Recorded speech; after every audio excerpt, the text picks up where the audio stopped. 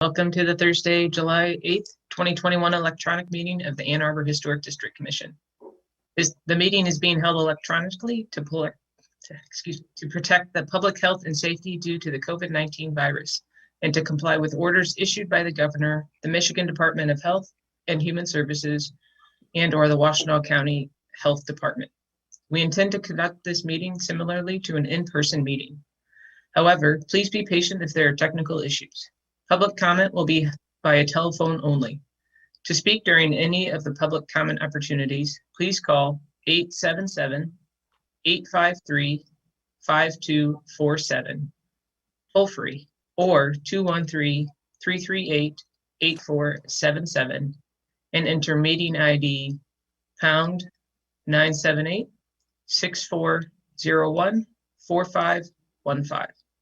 This information is also available on the published agenda in the public notices section of the city website and on the broadcast of this meeting on CTN channel 16, AT&T channel 99, and online at www.a2.gov or a2gov.org/watchctn. Moving on to item B, roll call. Commissioners, during roll call, please remember to state your location when your name is called. Ms. Thatcher, will you please call roll? Commissioner Fortner. Here from Ann Arbor. Thank you. Commissioner White. Here from Ann Arbor, Michigan. Commissioner Rockland.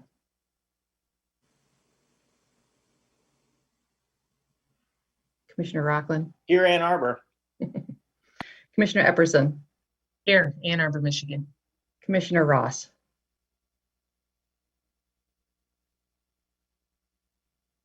Try again. Oh. There you are. Can you hear me now? Sorry about Yep. that. Here in Arbor, Michigan. I saw Commissioner Fortner saying no. Commissioner Quijano. Here in Ann Arbor, Michigan. Commissioner Beeson.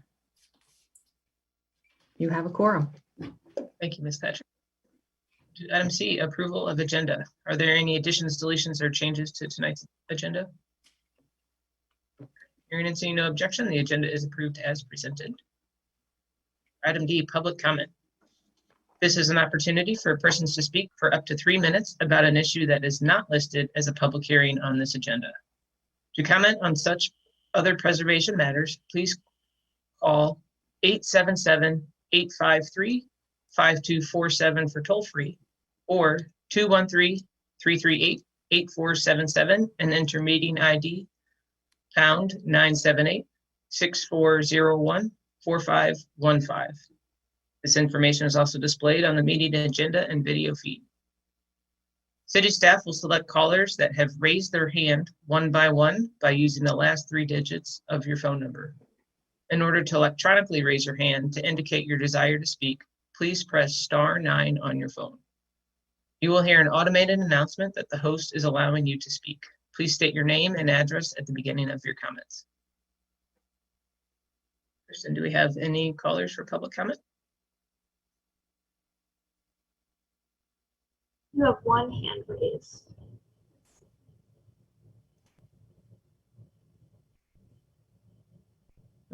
I think she's here for something else. Okay. Anyway, no callers. Okay. We'll close the public comment portion and move on to item E, unfinished business, which there is none. And on to hearings, item F1 at 617 West Madison. Ms. Thatcher, will you please give the staff report? 617 West Madison is a 1.5-story craftsman that first appears in the 1927 city directory as the home of Emil Hoppe, an employee of the telephone company and a student. Features a full-length front porch with a large gabled dormer above, siding on the first floor and shingles on the second, and 3/1 windows. The applicant is seeking HDC approval to install a gas meter on a front elevation 1 foot north of the southwest corner of the house. And my slides don't seem to be changing. Bear with me for a moment. There it is. The commission has seen a lot of gas meters recently. This one is, this house you can see is on a corner lot. It's on the corner of Madison and 5th Street, I believe. And the meter's proposed to go back here behind this little bump out on this wall, which does face the street, so it's technically a front elevation. You're standing in the driveway, you can see that there's a little nook there that it would fit into quite easily. Back here is a slab, so they're not able to put the meter on the back on the slab. And I'm not sure why they can't move it around the corner to over here, but I'm also not convinced that that would be a better place to put it. There is a paved walkway here. Right now, it seems like trash cans and things are kept there, but there is several feet between these lilies and the wall that's paved. There's a drawing of where the meter would go. It's opposite the existing inside meter location. A few more photos. You can see the meter location sign here. That's where it would go in the house. This is that back area that's on a slab, and it would be post mounted, therefore not harming any historic materials. From the Secretary of the Interior Standards, number 2 says the historic character of a property will be retained and preserved. The removal of distinctive materials or alteration of features, spaces, and spatial relationships that characterize a property will be avoided. Number 9 says new additions, exterior alterations, or related new construction shall not destroy historic materials that characterize the property. The new work shall be differentiated from the old and shall be compatible with the massing, size, scale, and architectural features to protect the historic integrity of the property and its environment. Number 10 says new additions and adjacent or related new construction will be undertaken in such a manner that if removed in the future, the essential form and integrity of the historic property will be unimpaired. From the Secretary of the Interior's guidelines for mechanical systems, it's recommended to install a new mechanical system if required for the new use, that it causes the least alteration possible to the building's floor plan, exterior elevations, and the least damage to the historic building material. From the Ann Arbor Historic District Design Guidelines, it's appropriate to attach mechanical equipment so if the historic fabric is not damaged or destroyed, and to install mechanical equipment and wiring in locations on the roof, rear elevations, or in alleys they are not visible from the street. It's also not appropriate to install new mechanical equipment systems or wiring in locations that change or destroy character-defining features and materials. This is a very straightforward application. The applicant stated that the majority of the home sits on a slab, limiting potential fuel line tie-in points. They've maximized the 10 feet of fuel line to reduce visibility. The homeowner suggested potentially planting a bush to reduce visibility further, but that's not really a part of the application. It's just mentioned in here.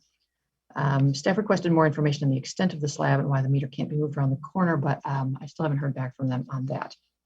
So that's all. Staff does recommend approval of this application. I do think that that's an appropriate place to put it, given that this is slab back here and this meter is the existing meter is 24 feet away from the opposite wall of the house. Thank you. Ms. Thatcher. Commissioners Rockland and Ross were on the review committee. Will you please give us your report and recommendation? I can start. So I do agree with staff's characterization of the situation. The building is located at an intersection. So the site elevation where the meter is proposed for installation, it's highly visible. However, the location, and Ms. Thatcher, could you bring up the photo of the site elevation?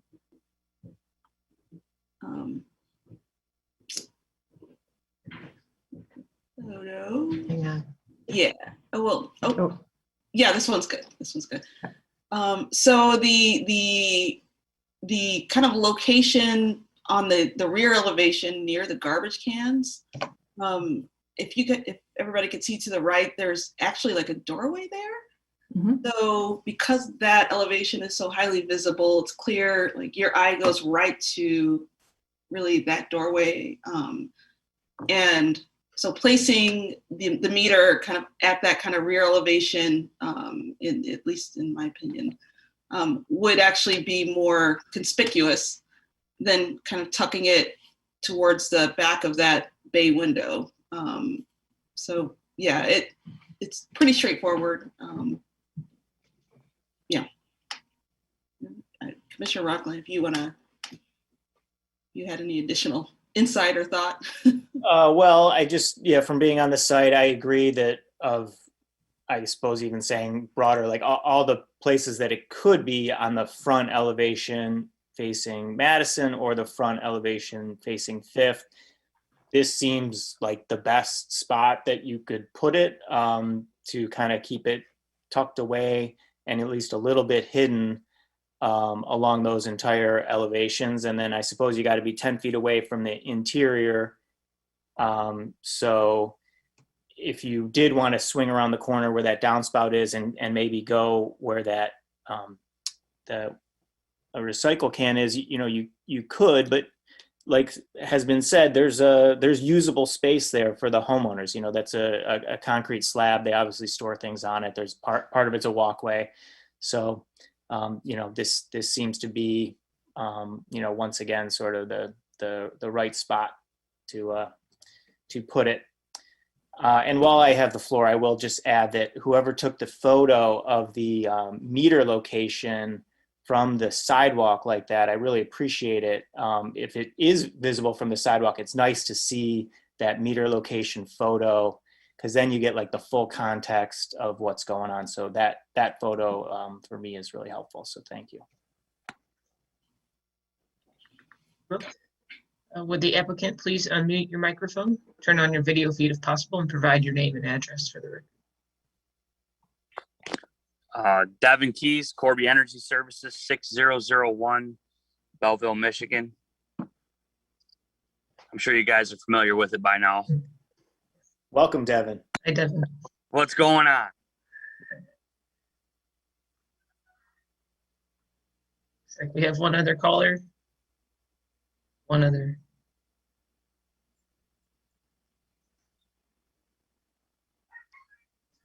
Brian, is that you?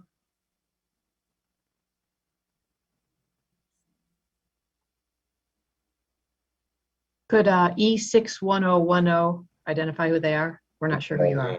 I couldn't grab the mute button there. That's Brian Valorance, DT Energy's gas renewal program. Offices in 14270 Shaver Highway, Detroit, Michigan. Welcome back, Brian. Brian or Devin, do either of you have anything to add to the staff report or the review committee report? No, it seems pretty straightforward. It looks like to me, Devin and the committee looked at all options, and I think that looks, like it's best spot for all parties. Looking at the photos and listening to the report.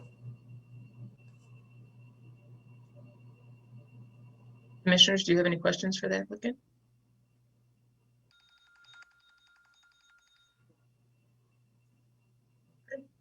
I will now open the public hearing for this item. This is an opportunity for persons to speak for up to 3 minutes about this application at 617 West Madison. Public comment may be made by calling 877-853-5247 or 213-338-8477 and entering meeting ID pound 978-6401-4515. This information is also displayed on the meeting agenda and video feed. And as a reminder, in order to electronically raise your hand after dialing into the meeting, please press *9 on your phone. Kristen, do we have any callers? No callers. I will now close the public hearing portion of the application. Is there a commissioner that would like to make a motion? Commissioner Keon? I move that the commission issue a certificate of appropriateness for the application at 617 West Madison Street, a contributing property in the Old West Side Historic District, to install a gas meter on the front elevation, 1 foot north of the southwest corner of the house, as shown in the application. As proposed, the work is compatible in exterior design, arrangement, materials, and relationship to the building and the surrounding area, and meets the City of Ann Arbor Historic District design guidelines for mechanical equipment and the Secretary of the Interior's standards for rehabilitation and guidelines for rehabilitating historic buildings, in particular standards 2, 9, and 10, and the guidelines for mechanical systems. Support. Moved by Commissioner Quijano, seconded by Commissioner White. Is there a discussion on the motion? Seeing anyone? I think this is pretty straightforward. I know it's a corner lot, but I think it's, as far back as it possibly can be on the side, and I appreciate the comments from the review committee. And everyone's ready for a vote? All those in favor of the motion, please say yes. Yes. Yes. Yes. Yes. Yes. All those opposed, please say no. The motion carries. Your application has been approved. Please note that you must apply for any required permits from the city before beginning work on your project. Thanks, guys.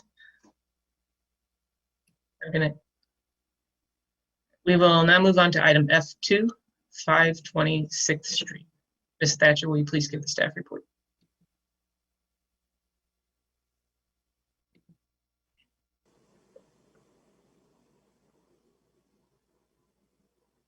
Five 26th Street is in the Old West Side Historic District. You saw it last month with a meter application. This week they're back to seek several modifications, all to non-historic parts of the house. This house was first listed in the 1894 Polk City Directory as number 8 6th Street, the Shettle Residence. It's on 6th Street south of West Jefferson and north of West Madison. The application includes a 20 square foot second floor addition on the back on a modern addition, to remove a 20 square foot bump out and add 5 windows on the north elevation of the modern addition, remove a modern chimney on the rear, alter many windows on the modern addition, replace a non-original pair of casement windows on the historic house with a single 1/1 window, add a new single light person door, and add a 1/1 window in a new opening on the second floor of the modern south addition. And on the south addition, replace a casement window on the second floor of the modern south addition with a slightly larger double hung egress window. So this house has a lot going on. It's had a lot of additions to it. This is the historic part of the house. It used to go straight back, and there was a 1-story element to the side here. So imagine if this shed roof just kept going across there, and it was sort of a 1-story bump on the side of the 2-story house. So this little bit here, that's probably, 6 or 8 feet, second floor gable was added at some point. The chimney is also non-original. Moving around the house, this is that gable that was added that I just pointed out to you. One of the things that's proposed is for this window to get a little bit larger. Right now it's a casement egress window that's a fake mullion across the middle. They just want to enlarge the window enough that they can have a real 1/1 double hung window with and still meet egress requirements. Then, oops, wrong way. We keep going around the house. This is that gable that I just showed you. This is a 1 or 1.5 story original part of the house. And this dormer is from the period of significance. This is a small addition. Another proposal is to add a window right here on this wall. Again, this is the bit that's not original, that was added on the second floor addition. Going around the back of the house, you can see that we've got several additions. Here's the rear roof ridge of the historic house, of the 2-story historic house. And then in front of that, sorry, my laptop is not cooperating. In front of that, this is an original wing as well, or at least a period of significance wing. This window is a pair of casements. They want to take this out and put in a double hung. The opening has been enlarged at some point, but they wouldn't be enlarging it or changing the size in any way. This is also an addition, modern addition, that just stays right the way it is. Then when we get to the drawings in a minute, you'll see that these windows are going to slide over. All of these windows down here are going to change. And a 20 square foot addition with a rear facing gable will go right on top of this bump out here. It will be set in 6 inches from this corner of the historic house to make sure that that corner is preserved. And finally, this is the bump that's going to be removed to give them the 20 feet to put on top for the second floor up here. I've been told that there are interior layout difficulties with all of these additions and the various parts of the second floor, and that this very small addition would drastically improve their lives and usefulness of the house. This is the bump that would be removed. The reason they're doing this is because they're already over their 50% footprint and floor area calculations. And so to not make it any worse, they asked if it would be reasonable to remove some modern floor area and basically move it to the back of the house. Given that this is a much more visible place, this is on the side elevation on the north side, moving it around to the back, as long as they didn't harm any historic materials back there, it seemed like a very reasonable proposition to me. Okay, we've got some floor plans. I'm not going to go over them forever, but we can look back at them if we need to reference them. Here's where that fireplace, that bump out, is being removed, would be replaced with a pair of windows. These are the windows on the back that I said are all being changed, putting in a person door instead of sliders. Then on the second floor, a pair of windows would be added above the ones below. This is in a bedroom, and there aren't any windows currently on this elevation. This is where the little bump out addition is. You can see that it's gonna hold half of a bathroom. And this is where a new double hung would be added on the new addition, and this is where the casement egress window would be slightly enlarged. All right, now we've got the existing and proposed elevations. Existing on the top, no windows and a bump. Remove the bump, add windows above and below. On the side here, you can see that there's just a tallish window. They want something more traditional, a double hung there. And this is the new square footage going onto the second floor. On the back, the rear elevation, this window is being removed and replaced with a double hung. A window is being added right here. This is the new work. It sits right on top of this rear bump out. These windows slide over to make room for it. Let's see here. And then this is a pair of sliders, or maybe it's a French door. It looks like, maybe, I'm not sure. I thought they were sliders, but maybe they're not. They're all proposed to be removed. Again, this is all of 1990s edition over here. So this is all work that doesn't affect historic materials at all. And they just want different kinds of windows back there. Double hung windows and a person door. Now we move around to the driveway side where we started. And the only change on this elevation is that this is the window that gets a little bit larger to accommodate an egress window. That's a 1/1. Okay, from the Secretary of Interior Standards, number 1 says a property will be used as it was historically or be given a new use that requires minimal change to its distinctive materials, features, spaces, and spatial relationship. I've already read number 2 to you. Number 5 says distinctive materials, features, finishes, and construction techniques or examples of craftsmanship that characterize a property will be preserved. And I've read 9 to you, and I've read 10 to you. So from the Secretary of Interior's guidelines for additions, it's recommended to construct a new addition so there's the least possible loss of historic materials. The character-defining features are not obscured, damaged, or destroyed. It's also recommended to locate the attached exterior addition at the rear or on an inconspicuous side of a historic building, limiting its size and scale in relationship to the historic building, and designing new additions in a manner that make clear what's historic and what is new.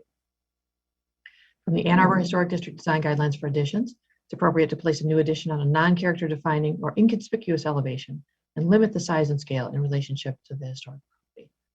It's not appropriate to design an addition that overpowers or dramatically alters the original building through size or height. Oops. All right, let me go back up here.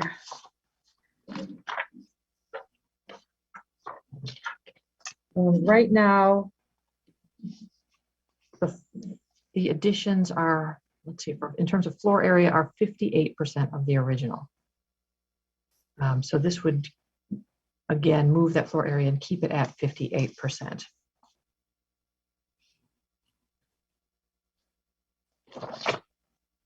Staff believes that the work does not have a detrimental effect on historic materials, features, or spaces, and that the application should be approved. Thank you. Thank you, Ms. Thatcher. Commissioners Rockland and Ross are on the review committee. Will you please give us your report and recommendation?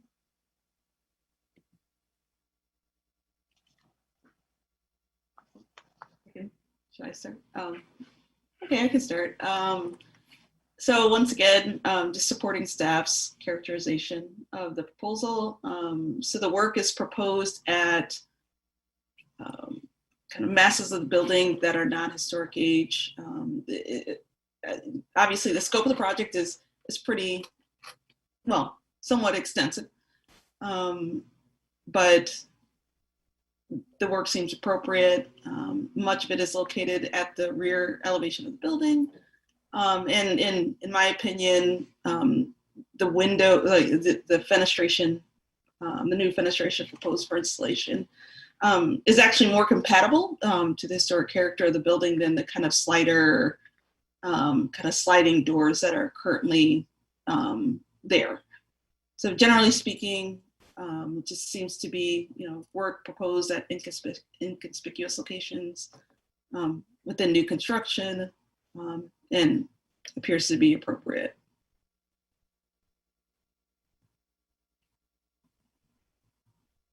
Okay. Well, yeah, I think that was explained what's going on here very well just now in the staff report. Those photos really step through elevation by elevation exactly what's going on, and I agree with what has been said so far about, I guess, just the compatibility and the meeting of the standards with what's being proposed.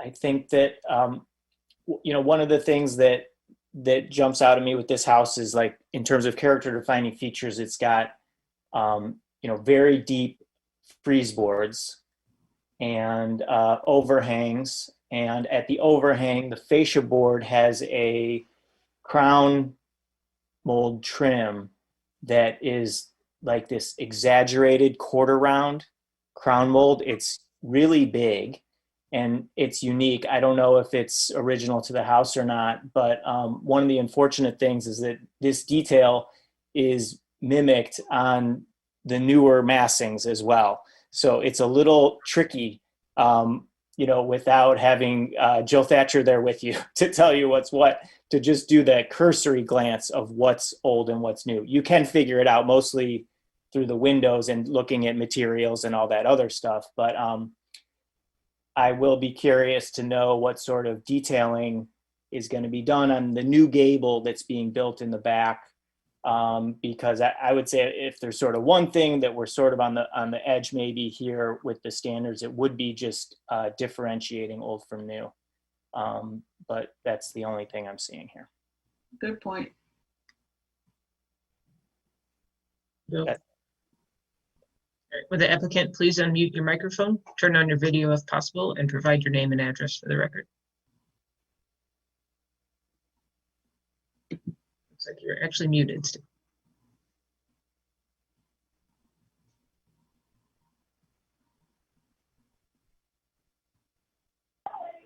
All right, can you hear me now? Yes. All right, awesome. Yeah, this is Luke Rodehorst from 520 6th Street.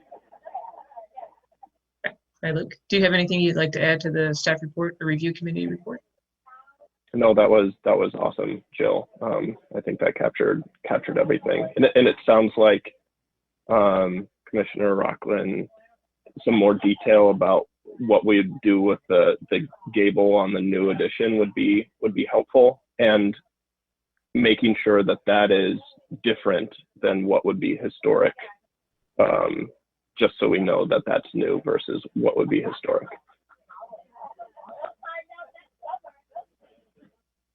Yeah, I mean, we can get into that. I think we can get into that later, or do we want to get into that now? Chairperson Epperson? That's fine. Yeah, the next step is questions for the applicant. So if you, Sure. I think, I would like to know a little bit more detail what is actually planned. If we can provide that now. Yeah, sure. With that gable in particular. Mm-hmm. I don't think we've given a huge amount of thought to what exactly it would be. I think we could show you. Is it captured in the drawings, Jill, from that elevation? I'm not sure if that's there or not, that westward facing elevation. This isn't a detail we've discussed specifically, but we would be open to whatever there we have it in that drawing there. We would be open to whatever the commission recommends we do to make sure that we're following your guidance there. Just zooming in on it a little bit, it looks like it's slightly smaller than the frieze boards are slightly smaller, and possibly the fascia. If everything is drawn to scale and matching. Mm-hmm.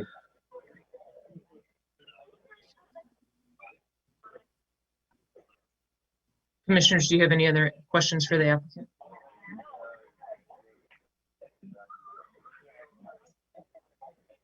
I'm not seeing any. I'd like to open the public hearing for this item. This is an opportunity for persons to speak for up to 3 minutes about the application at 526th Street. You can raise your hand by pressing *9 on your phone. Kristen, do we have any callers? No callers. And I'll close the public hearing portion of the application. Is there a commissioner that would like to make a motion? Commissioner Fortner?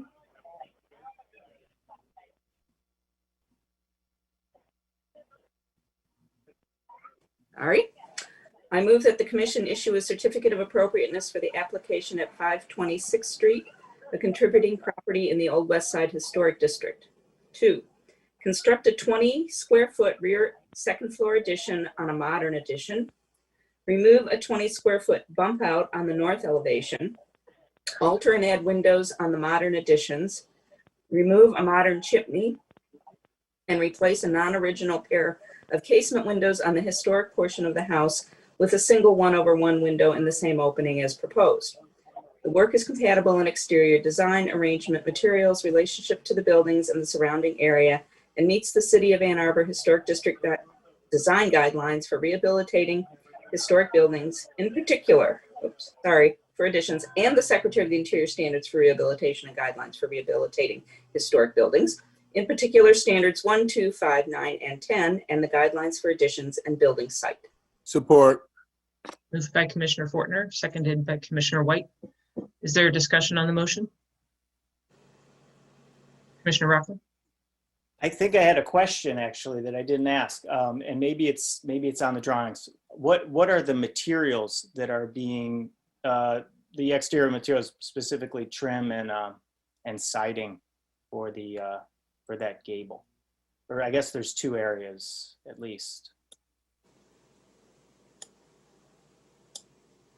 So I think we're going to go with wood siding. And then for the windows, I think we listed like Marvin. Yeah. I think we listed those details there. Am I answering your question? Yes, thank you. Okay. Yeah. And I guess I would pose to Commissioner Rockland and I guess the rest of the commission, but is this enough, the trim kind of being thinner, is that enough kind of detailing to distinguish this wing as an addition, or this piece as an addition? I mean, should the siding be a composite versus wood? I mean, is there, not that designing on the fly is a good idea, but. Yeah, I've been wondering the same thing. I mean, a substantial portion of this rear elevation is addition, right? I mean, and I'm assuming the existing siding that's remaining, it's just looking at the photos, it looks very similar in profile and sizing as the little bit of historic siding that is visible on the site as well. Like how much blurring of lines are there? It was a really good addition. It was kind of like we did a lot of without, I mean, the form of the house, obviously there were a lot of additions and you can kind of tell, but without having Ms. Thatcher there kind of walk us through, it was kind of like, oh, okay. So Yeah, and then not having to, reside everything, right? You want to be able to just focus on the areas of work that are being proposed. And would it be an issue if we did say, hey, side the new gable piece with hardy instead of wood? Would that be would that pose an issue with the fitness of, bumping it up with wood siding? I don't know. That's just a general question. I mean, I'm fine with the proposal as is, but just bringing up that question around the fact that it does read as like really similar to the original portion of the house. Mm-hmm. Do we have I know we wouldn't see much because it's only 20 square feet that's being added, but I'm looking for the new elevation that might show the side of that pump out. Yeah. So it doesn't look like there's like a corner board on the inset corner, but would that be weird, to then kind of separate it from the main wall siding? That might look weird. Because it looks like there's a vertical trim, on the rear On the other view. elevation, right? I was just trying to look. I do think that I'm okay with a wood siding for an addition. A lot of times though, we'll look for like a differentiation in size of the lap or the actual, if it's a 4-inch original, maybe it's a 6-inch on the new or something that's a little bit of a variation. So I was trying to, just look back through the drawings to see would it, and, especially in the proposed new addition, would it be feasible to make that siding a different size where it's being replaced, and would that, help Commissioner Rockland? Were you done? Yeah, go ahead. Okay. I guess to answer your question directly, keeping on the same little spot there, I think that I think that this is differentiated enough, even if it is wood, even if it is the same lap. And I think I'm coming to that conclusion for me, maybe for 2 reasons. One is that it's almost all of it is touching an existing addition. So it's like an addition on an existing addition. Mm-hmm. So, and then the other thing is just there are so many little additions already there. Like if this was the first addition to this house, it would be critical that this be differentiated, obviously, right? We would look for that first in the standards. But when you're standing back there, it really is a bit of a hodgepodge of different volumes. And it just doesn't, it would seem maybe even silly to have one of those volumes now sticking out more than the others for the sake of over differentiation, maybe, when it's sort of like that ship has sailed and you've kind of got mimicking happening already. And I don't know if differentiating this one volume on an already new addition is something that's so important to me, I guess, after thinking it through. So that's where I'm standing. Right, and it's not detracting from or damaging the existing historic fabric, right? Like you said, it's an addition on a non-historic addition. Yeah. And compatible, and maybe more compatible than we'd like, but for this case, it works.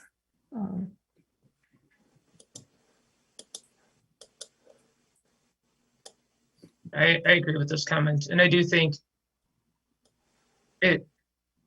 having the frieze board and the fascia be thinner profiles is actually helping maybe more than, it's differentiating another on the roof edge, roof profile. So that helps distinguish it from the original that it's immediately adjacent to. More so than, as you stated, Mr. Commissioner Rockland, that it would be just one portion of an addition that's sticking up from the rest of the addition. At least there is some differentiation involved. Let's vote. Are there any other comments from commissioners? Seen any? So if we're ready to move to a vote, all those in favor of the motion, please say yes. Yes. Yes. Yes. All of those opposed, please say no. Right, the motion carries. Your application has been approved. Please note that you must apply for any required permits from the city before beginning work on your project. Thank you. Good night.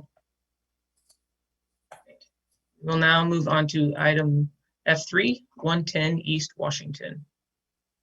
Ms. Thatcher, actually, this application is incomplete and will be included on next month's agenda if requested information is received in time by staff.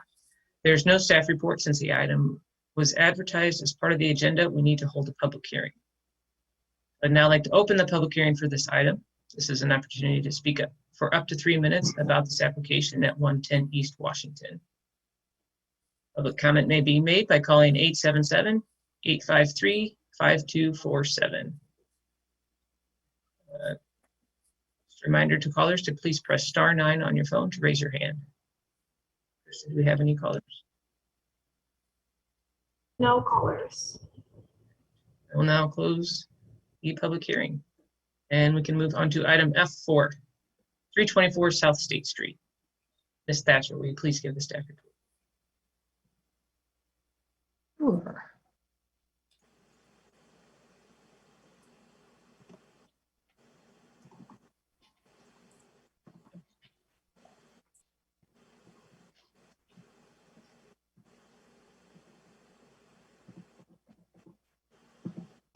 Okay. 322 and 324 South State Street are in the State Street Historic District. 322 is the white one on the right, this little guy.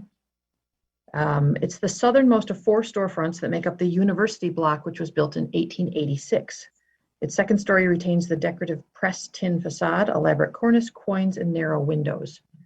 324 South State was the first brick commercial building on the block. It was built in the 1870s as Mrs. West's Dining Hall, which also contained a skating rink.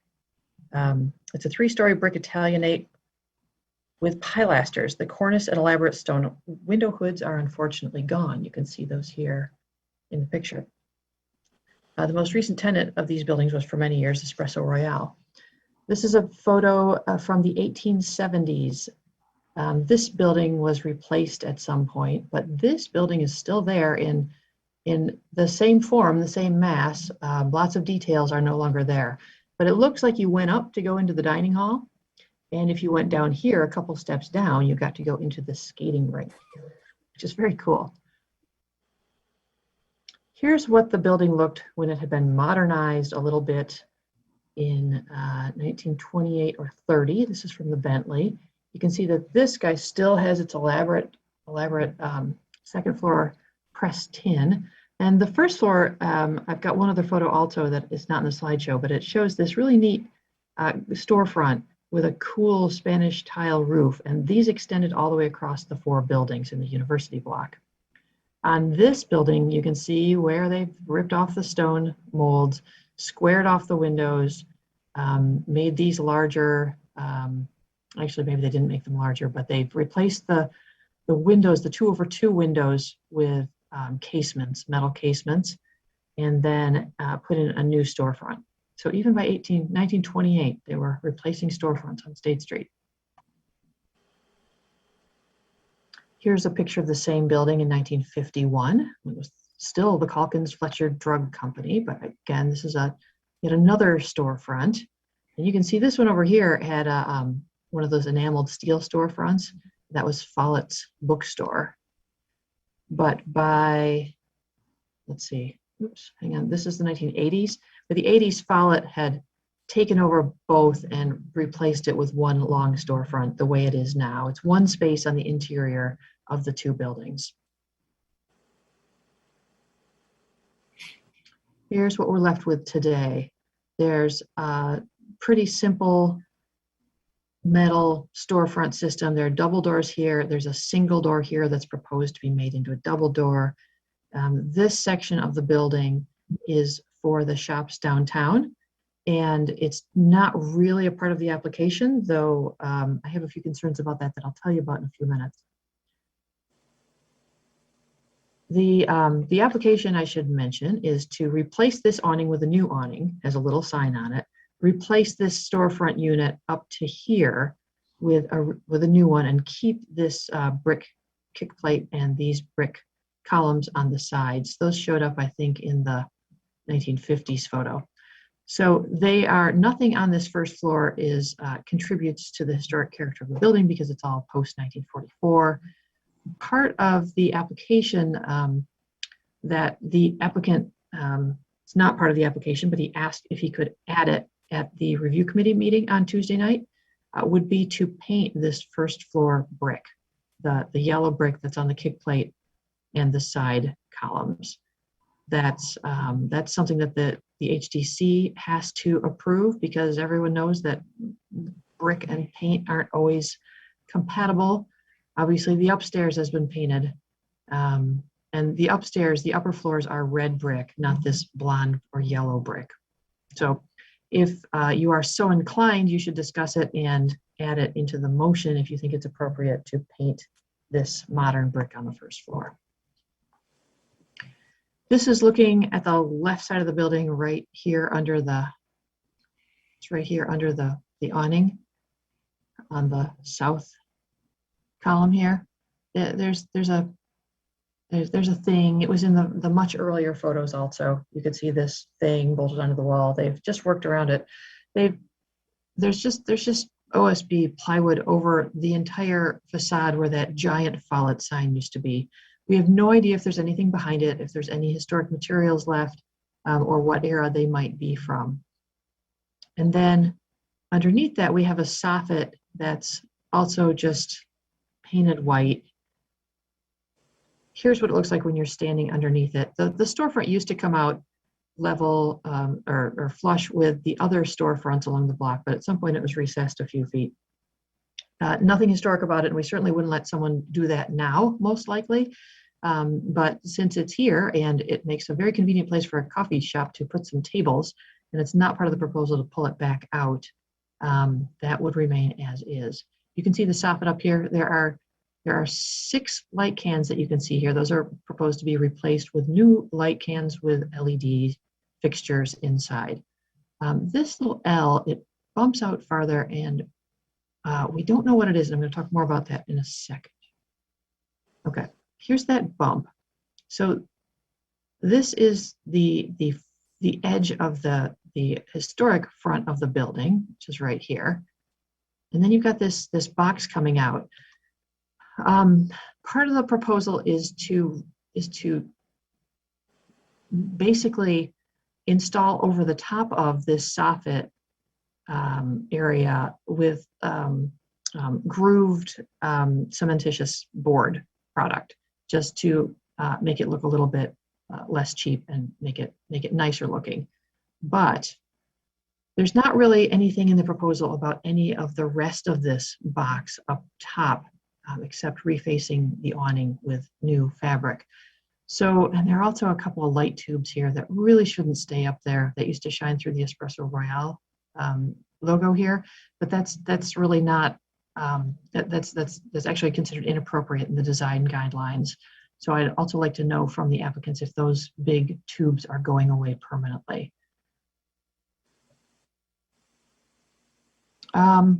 Lots of photos were provided by the applicant. It doesn't make much sense until you really either study the photos or stand underneath it, but then it sort of is clearer. I do have a problem with the work ending right here, where this other storefront to get down into the basement has its awning and its doors. If the storefront unit is replaced, it really needs to go all the way across. I'm not so concerned about the awning, but it's going to look pretty silly to have a nice, fancy new storefront here and then these older doors that don't match kind of stuck on here. So I would prefer that that the entire storefront be replaced. Sorry, got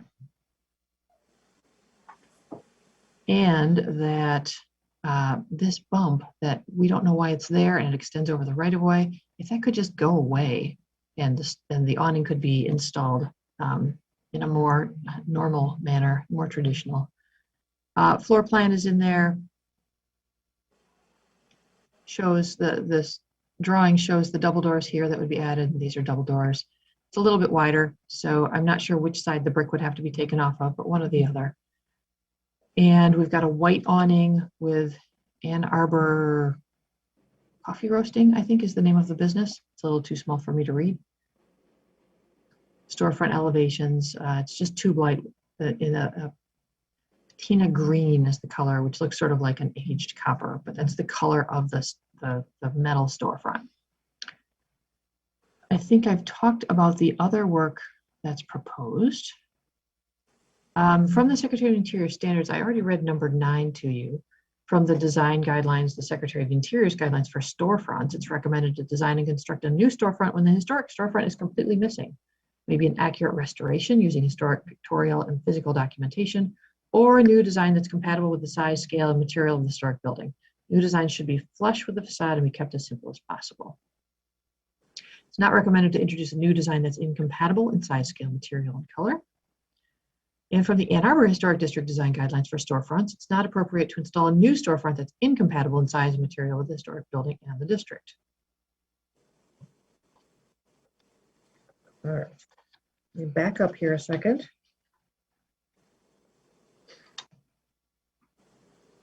There's also a window decal sign proposed, but that's right here. That's small and appropriate size, easily reversible. I really am a fan of window decals and window painting. And staff believes that the proposed work is appropriate since both historic storefronts are completely missing. Thank you. Thank you, Ms. Thatcher. Commissioners Rockland and Ross are on the review committee. Will you please give your reports and recommendations?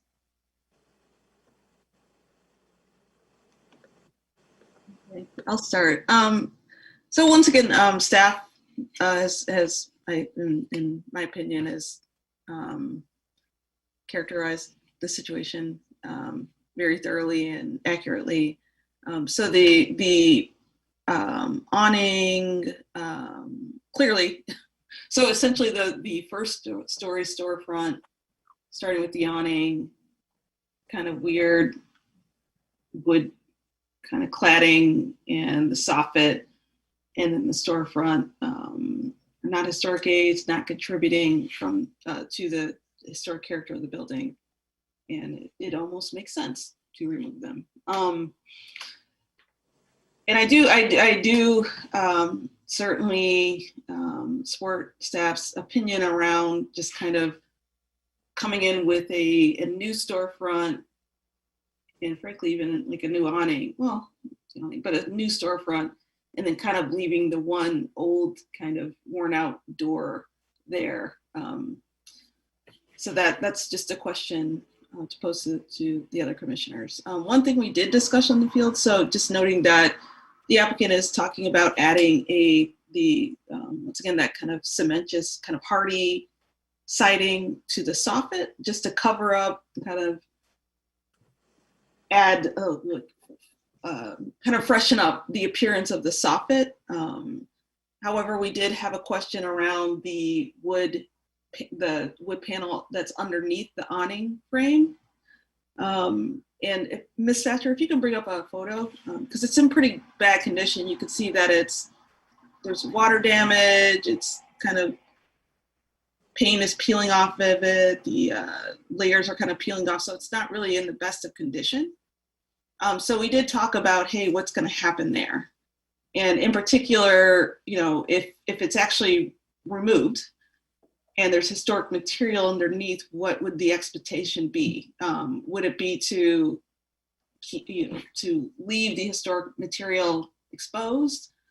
Or if it's removed and there's, like I said, historic material, and the applicant wants to add a composite siding, is that something that the commission would approve? But he did talk about the possibility of just keeping that wood siding there, and just similar to the treatment proposed for the soffit, just adding the new hardy siding at that location. Obviously reinstalling the awning frame and then adding the new canvas awning. So generally speaking, the proposal seemed appropriate. As proposed, it's not taking away or removing any historic material. And in fact, it's going to refresh what's kind of tired. But I did have a question around if, like I said, if that kind of wood cladding is removed from the wall surface and there's historic material that's exposed, in my opinion, it wouldn't be appropriate to necessarily go ahead and put the hardy siding over that.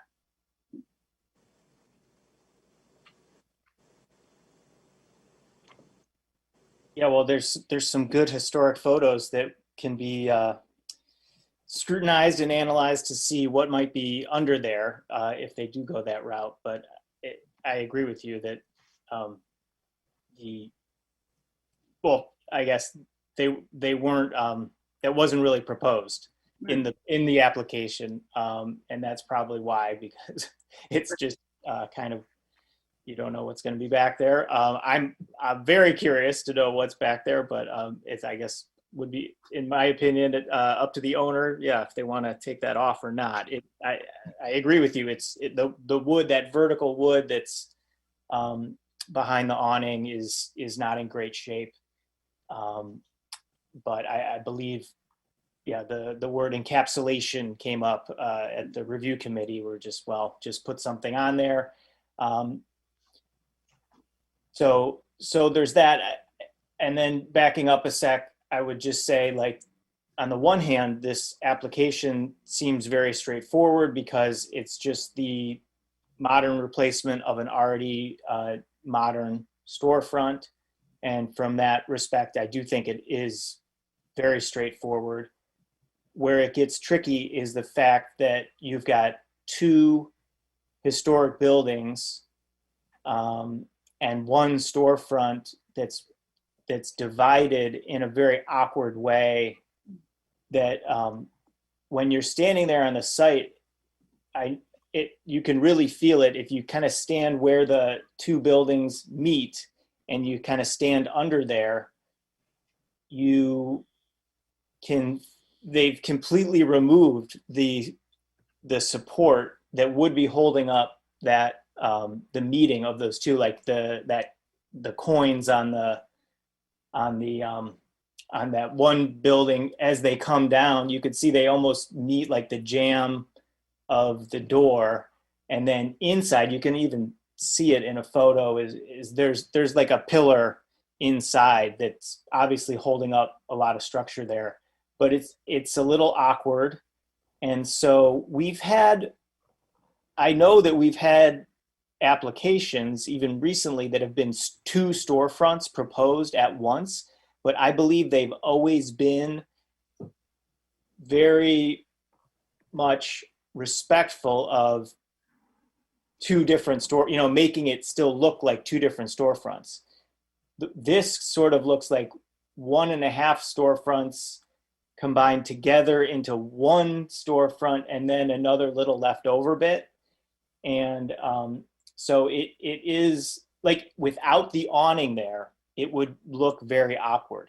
With the awning there, it really does tie it all together and you don't notice it from the street.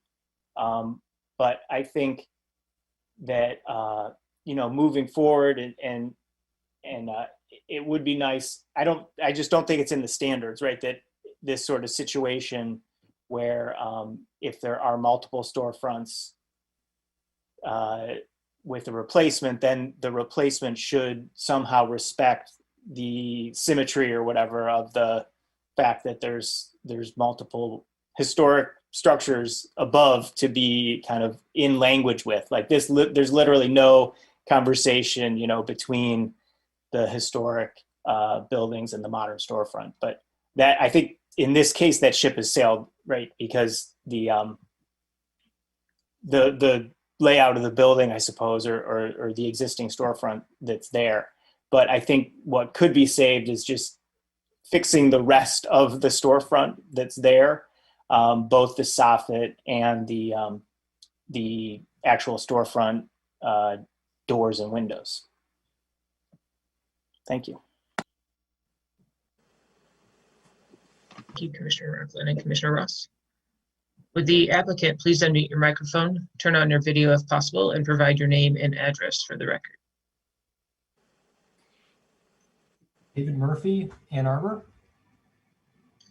Hi, Mr. Murphy. How Do are you you? have anything you'd like to? Well, how are you? Good. Yeah, I actually have a few things to add here. So since our meeting, the landlord and the owner actually came to an agreement to replace the whole storefront from end to end. So that we were able to accomplish. Secondly, to kind of cure Commissioner Rockland's curiosity about what's in that soffit, I looked up there. And because that storefront used to come out to the street, it's actually just exposed wood from the old interior. And there's actually electrical run through there. It's insulated, mostly modern materials other than the structure of the second floor. So no historic brickwork or anything like that remains up or is up there from the beginning. So there was that. The third thing, the tube lights, those will be removed completely. Those will be gone. And fourth, the fiber cement, actually in the application it was meant, it may not have been clear, but that same fiber cement material will run on the soffit and then up the wall behind the awning. So I believe those were all the questions that I can answer at this time. Commissioner Rockland. Thanks for that. I'm sorry. Did you mention that little bump out part that's like on? Okay. Yeah. So I apologize. I forgot that one. That we're willing to remove. However, where the access panel is to that soffit area, I wasn't able to see what was in there. So there are some gas lines that run through there. And I imagine if the gas lines or any other significant piece of the building is run through there, we won't be able to, but we will explore getting rid of that. It looks like we have just one additional caller. Jason, would you please unmute your microphone and state your name and address for the record? Sure, Hannah. This is Jason Cooper. I am the construction manager for the project in Ann Arbor, Michigan. Thank you. Do we have any other questions for the applicant? Commissioner Fortner?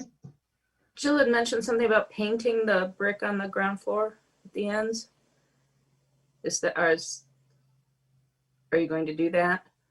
We would like to, underneath the current storefront, there are some, there's that newer modern brick that we would like to paint a white color, similar to the color above. So the building matches and is consistent all the way down.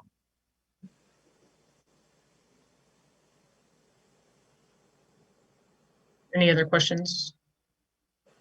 I had one. You stated that you have, since the application has been submitted, agreed to replace that remaining portion of storefront and awning. Do you have any updated drawings or design information for the storefront and the awning itself? No, that was done today, so we can get you something pretty soon, though, pretty quickly. There's no other. Commissioner Keano? Sorry about that. I don't have a very clear close-up photo of it, but I just zoomed into one of the overall storefront street views, and it looks like the historic brickwork just above the existing awning. Looks like there's a lot of paint peeling, and I don't know the condition of that brick, if you've looked at that at all, and if any of that potential restoration work is included in the scope of this storefront replacement. Not to my knowledge, it won't be included, at least within this application. Okay. Is it something that has been talked to? I'm just curious, like, is that going to be an issue with installation and I don't future think work? so. I'm looking at the photos. I see what you're saying. On the site, it didn't quite look as bad as this photo depicts. I didn't notice it as much.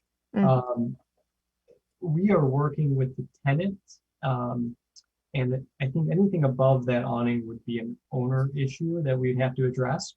But Jason, have you had any conversations with the tenant or owner about the brickwork above the awning? No, not at this time. Okay. Thank you. Commissioner Ross, did you have a question? And I guess just to follow up on that, on the last question, and this is towards Ms. Thatcher. So if the owner decided to paint the brick area above the awning because it's peeling, is that something that staff can approve, or would that have to come back to the commission? It would not have to come back because it's already painted. Okay. If it was unpainted masonry, it would have to go to the commission. If it's already been painted, it may be painted again without any sort of staff approval. Gotcha. And then just one additional question, minor, to the applicant. So the hardy siding that's proposed to kind of encapsulate the soffit and the wall surface, is that going to be white as well, or what? Just curiosity. It's a finish. That'll be painted the similar color to that patina green. So the color of the storefront finish. Correct. Yep. Okay. Any additional questions? We'll move on to the public hearing portion for 324 South State Street. Christian, do we have any callers? No callers. I'll close the public hearing. Is there a commissioner that would like to make a motion on the application?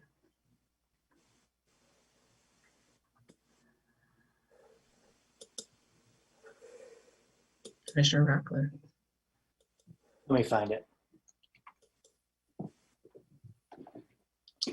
I move that the commission issue a certificate of appropriateness for the application at 322 and 324 South State Street, a contributing property in the Main Street Historic District, to replace the storefront system with a new metal storefront system. Replace the canvas awning with same and include a new sign on the awning. Add a window decal sign. Replace the soffit behind the awning with cement board. And replace the lighting with new 4-inch LED recessed lighting. The work as proposed is compatible in exterior design, arrangement, texture, material, and relationship to the rest of the building and the surrounding area, and meets the Ann Arbor Historic District design guidelines for storefronts and the Secretary of the Interior standards for rehabilitation and guidelines for rehabilitating historic buildings, in particular Standard 9 and the guidelines for storefronts. Support. Moved by Commissioner Rockland, seconded by Commissioner White. Is there a discussion on the motion? Commissioner Ross. Just kind of recommending perhaps a friendly amendment to add the painting of the unpainted brick, the buck brick at the first storefronts. Right. My comment was going to be also about the motion, because I guess it says the work as proposed, but we've added a few things to the application here. So I guess we could say, yeah, but I guess what we've done in the motion is list all the things that we're doing. So we can add at the end of the list here, after 4-inch LED recessed lighting, we can say painting the exposed brick on the storefront level. Support. Now, there's nothing in here about extending the storefront to include the entire width of the building. Do we need to add that into the motion, you think? Would be a good idea. Okay. So when we say, it just says replace the storefront system. After that, to replace the storefront system, including the entire width of the existing storefront. Support.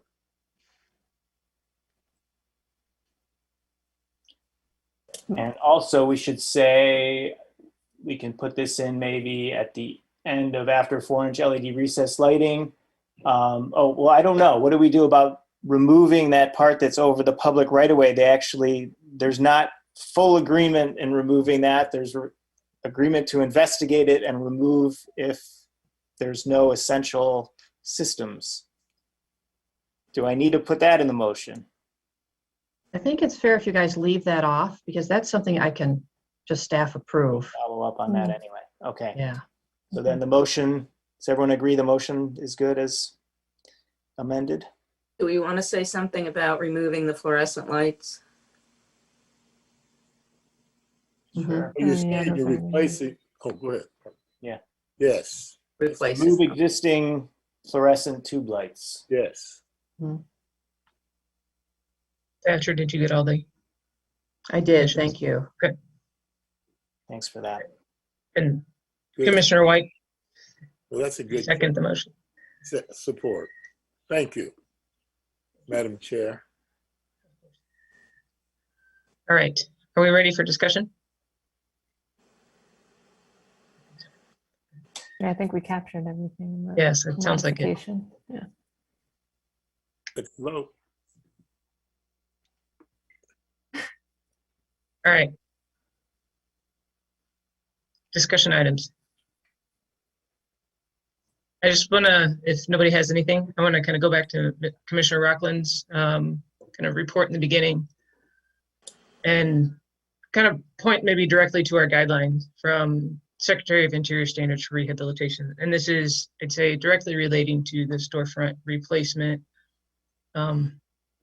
itself and the design of the storefront replacement. So if I read this, new additions, exterior alterations, or related new construction shall not destroy historic materials that characterize the property. There are no existing historic materials. The new work shall be differentiated from the old and shall be compatible with the massing size, scale, and architectural features to protect the historic integrity of the property and its environment. So I look at this one and I look at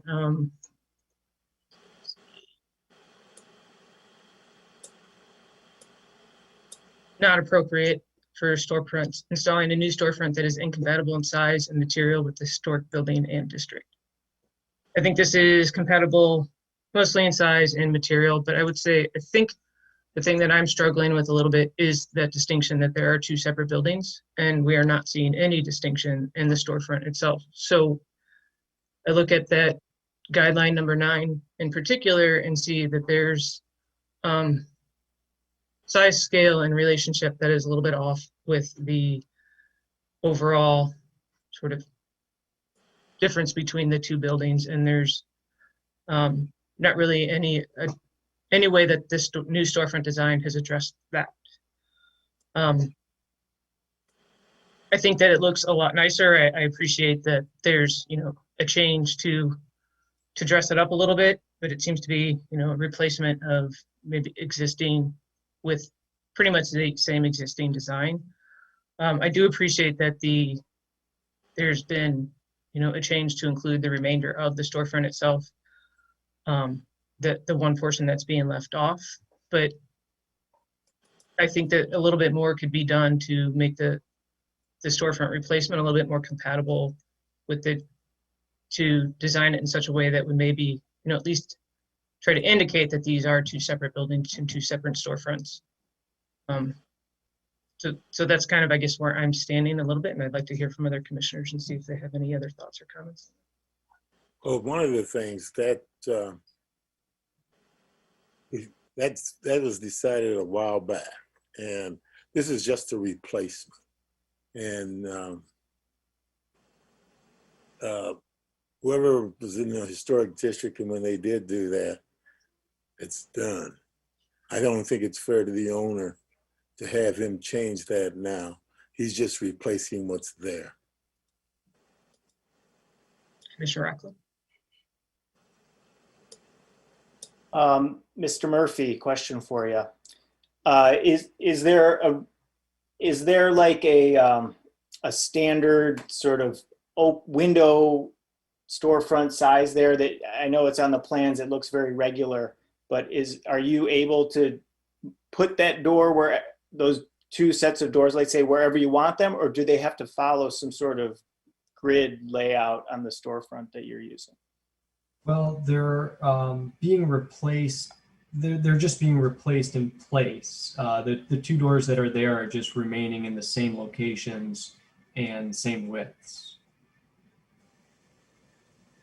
Okay, I guess I just had assumed that everything was getting taken down and then a new window frame and window and everything was getting put in. So I guess that's correct. Okay. But there is a short wall that's underneath this storefront system. It doesn't go all the way to the ground.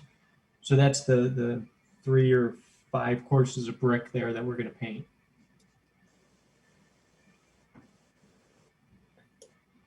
I think that you're questioning the plan layout, Commissioner Well, Rockland. if you just look at it in just plan, the- I forgot about the brick, the existing brick knee wall or kick plate or whatever you call it there. And so, Oh, that's I mean, right. it's easy to move things around in plan, but obviously in elevation, there's existing pieces. So that's complicating things. But I just think that Chairperson Epperson brings up a really good point, and she read the standards and it's,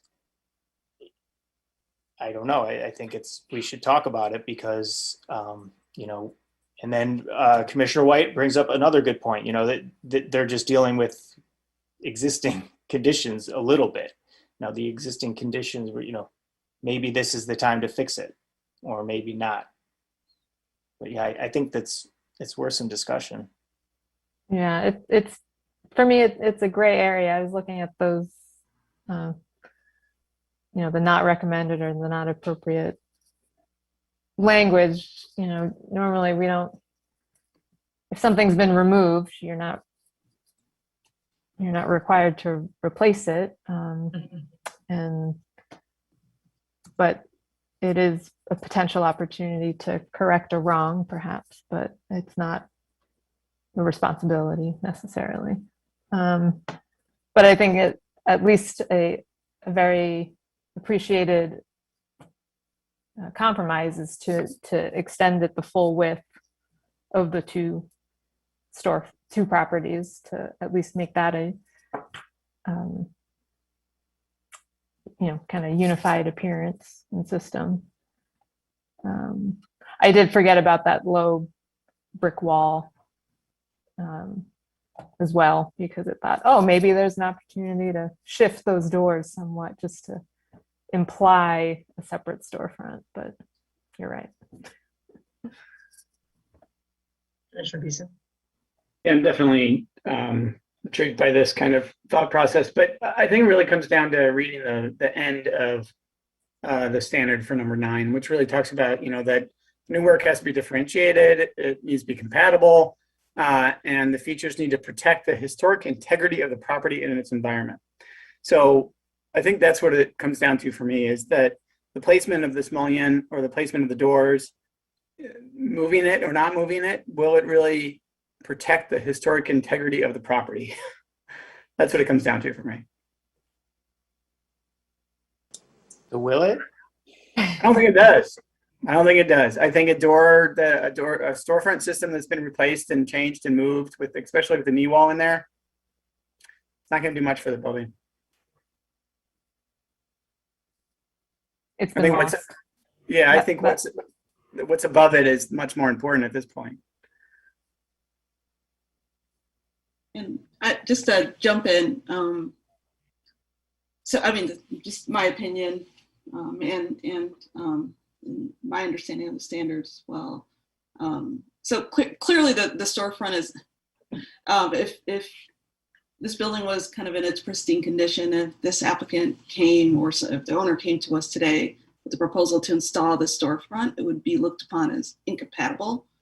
But there is kind of the question around, okay, if you have an incompatible element and you're proposing to remove it, kind of the thinking around with the standards, you can certainly put back something that's new and that differentiates it as new, but it still has to be compatible with the historic character of the building. So is this removing something that's incompatible and replacing it with something else that's incompatible versus something that's new and compatible, but still is differentiated as new?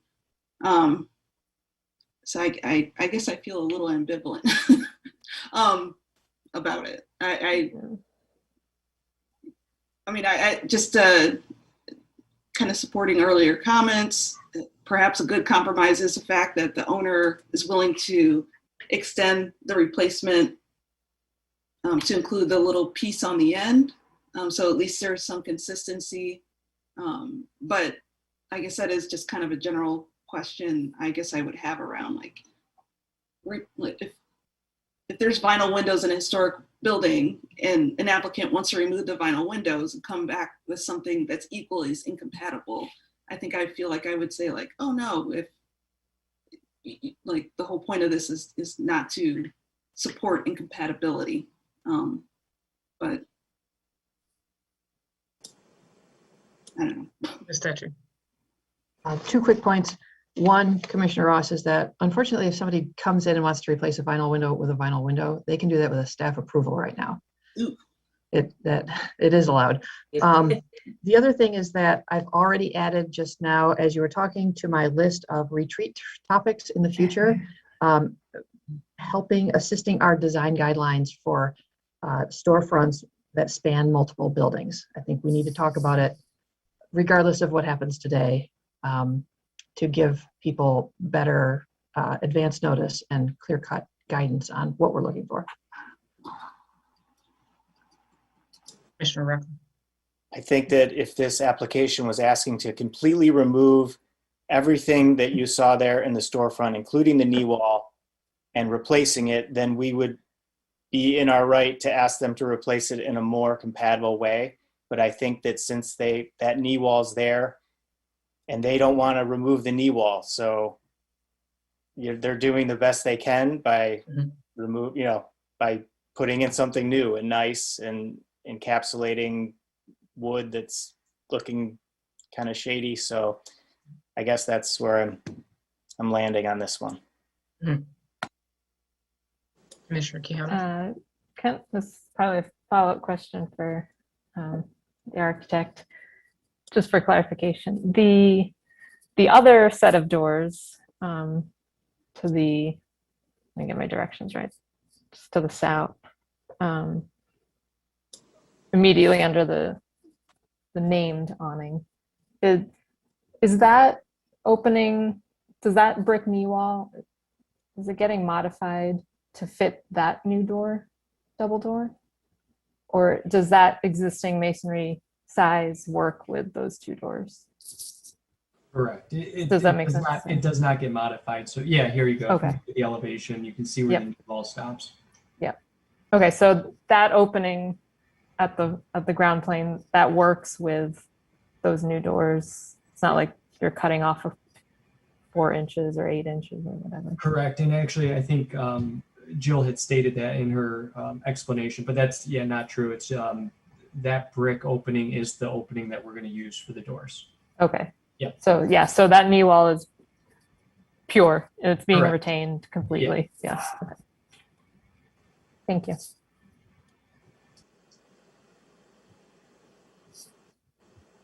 Any other comments? Okay, are we ready for a vote? Actually, I just have one more note. I just want to make sure that commissioners are okay with just a statement that the new storefront would be replaced, or do we want to see any additional drawings that would indicate what that additional storefront replacement piece would look like? Maybe David or Jason, you could state whether or not it would be replace in kind, much like the rest of it? Is that Yeah. correct? Yeah, that's absolutely correct. Yep. Is the awning part of that as well? It is not. No.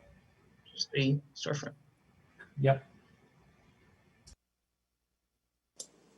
Well, also the soffit will continue all the way, correct? And Yeah, and yeah. the work So on the vertical wall. Okay. storefront, soffit, and Yeah. then vertical. Yep. Sorry, maybe I misunderstood. So the portion of the awning that's indicated in the yellow color, is that existing awning to remain? Or is that just, is it going to be part of the new awning system, but just differentiated from the coffee roasting business? That's existing to remain. Existing to remain. And that'll, maybe it doesn't even align right now. I can't remember. Or they're not attached, right? Just wondering if that's another incompatibility that we're. No, it's two separate awnings. I believe even the aluminum framing underneath is separated. Separate, okay. I'd have to double check that, but I'm pretty sure. It looks like it is from the photos. Yeah. At least there's Yeah. 3 separate pieces on the main portion that you're proposing, and then the other piece is also separate. Okay. The yellow piece, is that also an aluminum frame or a metal frame? It is. Yep. Yeah, there's one photo that you can see a little bit. Mhm. And there's, yeah, you can see sky between. I don't know, is that maybe a question for the commissioners? You know, we talked about the storefront system being continuous, but how do you feel about that being a separate, just the reading of 1.5 storefronts? I don't know. Just a question.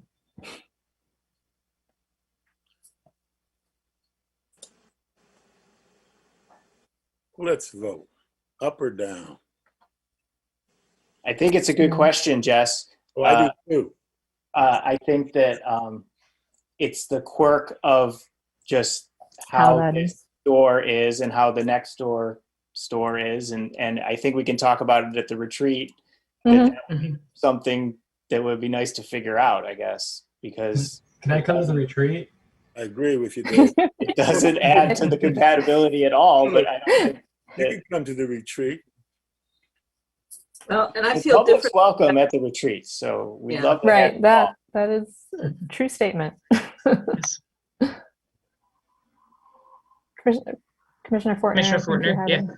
Yeah, I was just saying, I feel different about the awning being an easily replaced attachment to the building than I do about the storefront, you know, being a part of the building. So I'm not, you know, the awning's going to change over time. I'm not that concerned about the awning over that end piece as I am about the storefront being consistent. Right, there's a different level of commitment. Mhm. Yeah. So true. Yeah. All right, no, just wanted to Right. touch upon that. All good points. Any other comments or questions? Ready for a vote? All of those in favor of the motion, please say yes. Yes. Yes. Yes. All of those opposed, please say no. All right, motion carries. Your application has been approved.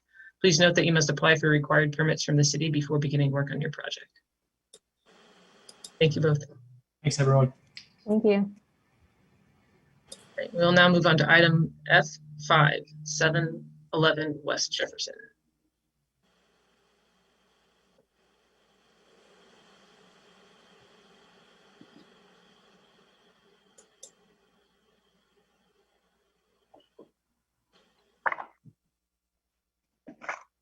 Seven 711 West Jefferson is in the Old West Side Historic District. It's a 2-story Queen Anne built in 1895, first occupied by John Steinke, a laborer. House remained in the Steinke family until 2010 when it was sold to the current, actually, not the current owner, but one owner previous to this. Features a full-width front porch with turned posts, a 2-story cross gable on the east side, and textured block foundation. There's a 1.5-story barn on the property that is a contributing structure, and it's the barn that we'll be talking about today.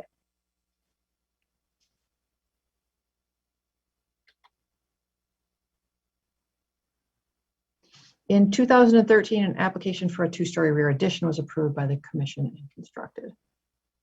So here's our barn. The exact date of construction is unknown. The applicant is seeking HDC approval to alter the existing barn by adding a rear shed dormer, altering the rear and side elevations by adding windows, sliding doors, and a person door, replace 4 original windows, infilling a hatch opening on the front with glass and fixing the hatch open, replacing the rafters and re-roofing, and installing insulation and recladding the structure. This is the hatch door that I mentioned up. That was probably a hayloft door. And then down below there are 2 double leaf doors leading into the barn. You can see that it's got some pretty severe deterioration on the roof. It's very wavy. There are lots of gaps. You can see light clear through the building when you're looking between the cracks. This is the east side elevation. You can see it has a single sash on the side here, and then 3 windows up above. There is no casing around them. They're just sort of set into the wall. That's the window on the lower level. And those are the windows up above. These vertical strips are unique to this elevation. Not sure why they're there. At one point, this whole building had asphalt shingles over as cladding over these boards. I'll show you some traces of that in a second. This is the rear or the south elevation. It has 2 single windows with 2 over 2 windows. There's one of those windows. And there's the other. And this is the west elevation. You can see it has 2 windows that are about equal in size, both with 6 lights, and there's a person door here on the side. Very simple. There are exposed rafter tails. Let's go up here in the gable first. These boards are really wide. They range from, maybe 10 inches to maybe 18 inches. This is serious old growth wood and very unique to this structure. There's a close-up of that gable window.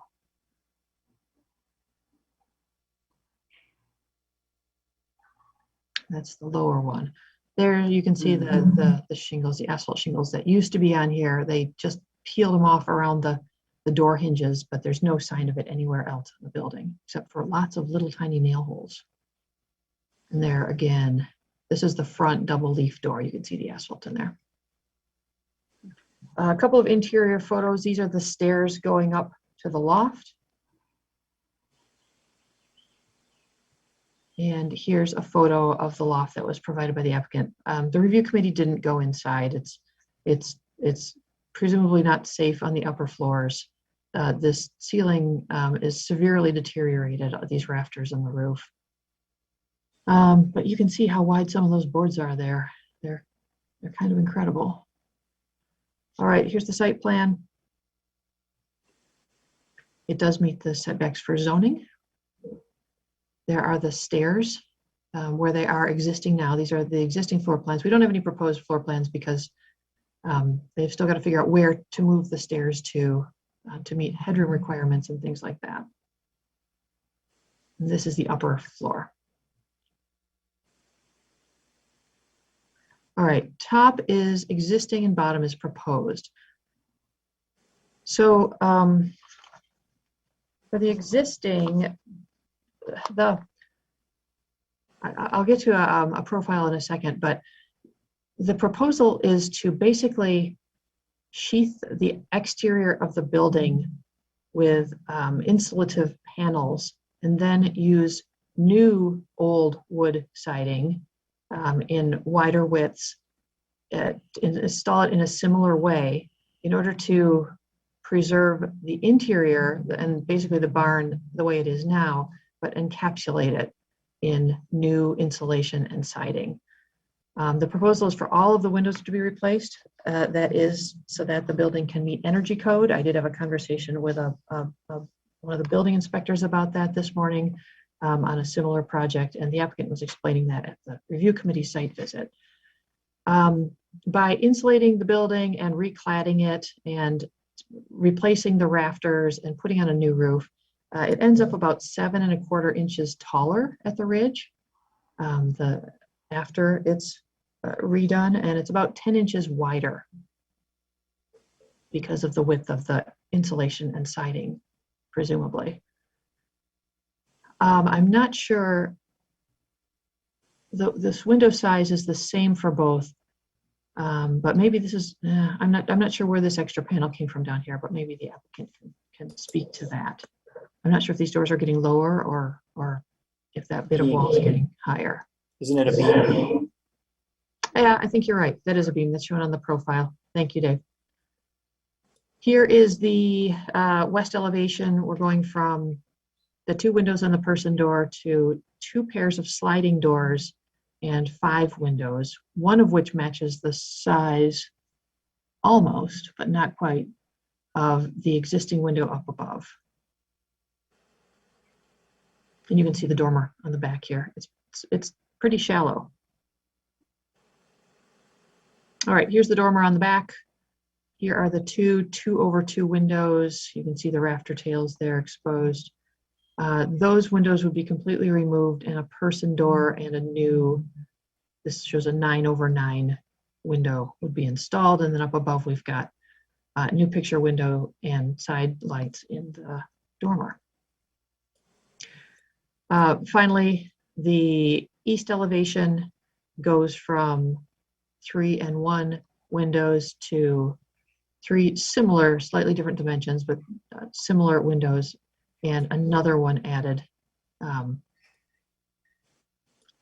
near it.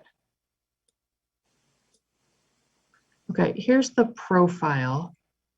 The checkered areas are the new SIPS panels, the new insulation panels, on top of the new wood rafters and new asphalt roof and rafter tails. Then here we've got the existing wall. This is where the wall is right now. And then you've got these panels on the outside of it and the new wood cladding on the outside of that. This is the cross of the window. Here is a new header. I think it's a new header. Yeah, it is a new header because it's set in from the old wall. And then this is the front elevation. So these are the double leaf doors on the left. And on the right, we have a new roll-up overhead door. This will be inside, so you won't see it unless the doors are open. So I don't really consider this to be a big part of the application, but I appreciate that it was shown because they're proposing to reuse these doors and just rehang them so that they're flush with the new wall. This is a little bit better way to see it. Here's the existing wall, wood framing and siding. And here's the new SIPS panels, and then we've got the new siding on the outside. There are window profiles in the packet. There are a couple pages of them. All right, and from the Secretary of Interior standards, I have already read to you 1, 2, 5. I haven't read 6. 6 says deteriorated historic features will be repaired rather than replaced. Where the severity of deterioration requires replacement of a distinctive feature, the new feature will match the old in design, color, texture, and where possible, materials. Replacement of missing features will be substantiated by documentary and physical evidence. And I've read 9 and 10 to you. From the Secretary of Interior's guidelines for roofs, it's recommended to design additions to roofs, such as residential, office, or storage spaces, dormers, or skylights when required by the new use, that they're inconspicuous from the public right-of-way and do not damage or obscure character-defining features. It's not recommended to change the configuration of a roof by adding new features such as dormers. That historic character is diminished. I don't believe that this dormer diminishes the historic character of this building at all. From the guidelines for windows, it's recommended to identify, retain, and preserve windows and their functional and decorative features that are important in defining the overall historic character of the building. Such features can include frames, sash, muntins, glazing sills, heads, hood molds, paneled or decorative molding of interior and exterior shutters and blinds. Also recommended to design and install additional windows on rear or non-character defining elevations if required by the new use. So that's a question for you commissioners to figure out, are those side elevations non-character defining? Such design should be compatible with the overall design of the building, but not duplicate the fenestration pattern and detailing of character defining elevation. Also not recommended is removing or radically changing windows, which are important in defining the historic character of the building, so that as a result, the character is diminished, and including a new design that's incompatible with the historic character of the building. From the guidelines for district or neighborhood setting, it's not recommended to introduce new construction into historic districts that's visually incompatible or that destroys historic relationships. From the Ann Arbor Historic District Design Guidelines for residential accessory structures, it's appropriate to maintain and restore historic barns and other accessory structures to match the historic materials and configuration. To maintain and repair historic doors and windows on historic barns and garages to match the existing materials and configuration. It's also appropriate where elements of historic outbuildings are deteriorated beyond repair to replace the elements in kind. Yes. It's not appropriate to replace repairable original historic doors, garage doors, and windows. And it's not appropriate to alter historic barns and sheds by using materials, configurations, and designs that do not match the existing or historic appearance. For roofs, it's not appropriate to add chimneys, cupolas, or dormers where not appropriate. And for windows, it's appropriate to repair windows in somewhat good condition by installing new wood pieces or laying epoxy into sills, jambs, and sash. Deteriorated parts should be replaced. And it's also appropriate for windows to replace seriously deteriorated components that cannot be repaired with like material, identical layout, muntine size, glass area, and style size to the original. Insulated glass is permitted when sash replacement is permitted using interior and exterior muntines with a spacer bar that replicates the original window.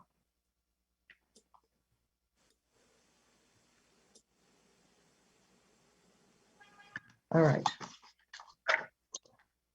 Let me check my notes here and make sure I didn't miss something. So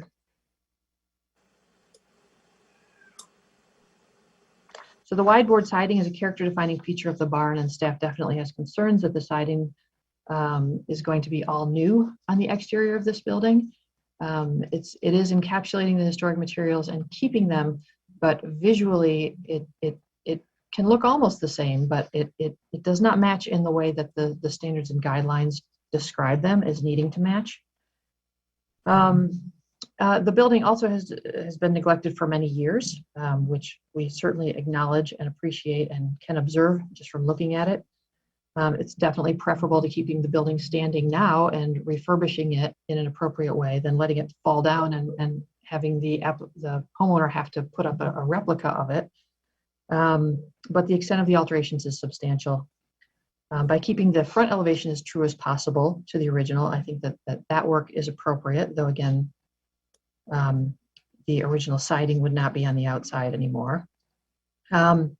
This is a tough one. There are a lot of individual items that I might be able to overlook if there were one or two, but the extent of the changes and the loss of the historic cladding, I think, are two very substantial obstacles to meeting the standards and guidelines. That concludes staff's report. Thank you. Yes, Patrick. Commissioner Rockland and Ross from the review committee, please give your report and recommendation. I'll let Commissioner Rockland start. Okay. Okay, so I guess first of all, just describing the location of the barn. It's I think you can kind of tell, but it's set pretty far back from the sidewalk. I mean, it's set about as far back as you can on this property, but it's also, right at the end of the driveway, and it's very visible. So it's both set back and also very visible. Particularly the front elevation, like for sure the rear elevation is not visible from Jefferson Street. Maybe you could see it from 5th or something, like through another property or something. But, since it's wide in the front and narrow on the sides, you can see the side elevations also, but they're not, the front elevation is certainly the one that you're going to see more. I guess, I was I was very confused by this application when I was reviewing it, just because I was kind of coming in with my own assumptions as to how I thought this building was going to be rehabilitated, and it was like inside out from what I was expecting. So it took me a little while to actually realize what was going on here. And so yeah, I mean, I think that it'll just be a real, I mean, we could go through standard by standard on this one, I think, and have a really long discussion as to, you know, what we should do and how we can, you know, talk about this, this design, because it's really clear that the application, you know, there's a lot of thought behind the application, and it's not like random thought, you know, it's thought based in concepts and theory and you know, and rigor, but it's hard to then say that I feel like a lot of it, as you heard in the staff report, and I'm agreeing that a lot of it is actually clashing with the Ann Arbor historic guidelines. So I think it'll be an interesting discussion. I also think that it's important to note that, and just one more confounding factor is that the quote unquote new cladding that you will in fact see from the exterior will be salvaged from you know, historic barns.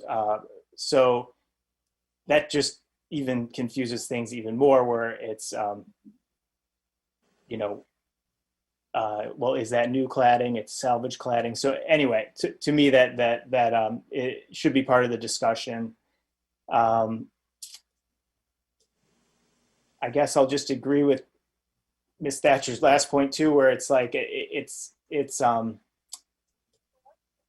really great that the homeowners are, you know, moving forward on a project here, and so, you know, I'm really hoping that we can you know, support them in getting something done. You know, whether or not it's this, I don't know, but I just want to throw that out there before the discussion, that it is great to see, you know, someone moving forward on this much needed property on the Old West Side Historic District. Okay, and I'm going to be really brief just to allow for time for discussion, because you know, obviously that's going to be necessary, expected. But just a second, essentially Commissioner Rockland and staff's statements and assessment of the situation. Yeah, I mean, it's a building that's clearly kind of catches your eye from the public right of way. It's definitely unique, and it's kind of sitting there with this really great siding that's clearly character defining. Kind of has it all. And I have several issues with the work as proposed. I think in a general sense, I think the design intent is great, especially speaking with the architect and understanding what he wants to do. So I'm not questioning design intent. What I am questioning is I just don't think it meets the standards. So I just think within an historic district, there are some issues, as we are literally required to apply the standards when we're looking at applications. So it's not necessarily saying, oh no, this is a bad idea, this is a bad proposal, the design intent is terrible. It's just, in my opinion, a lot of the elements individually and as a whole are not necessarily in keeping with the standards. So I will be quiet so we can further discuss. Thank you, commissioners. Would the applicant please unmute your microphone, turn on your video if possible, and provide your name and address for the record. So my name is Chuck Boltman. I am the architect for the project, and Craig Holland is also here. You can see him, he can say hello. and Sarah Robbins might be there as well.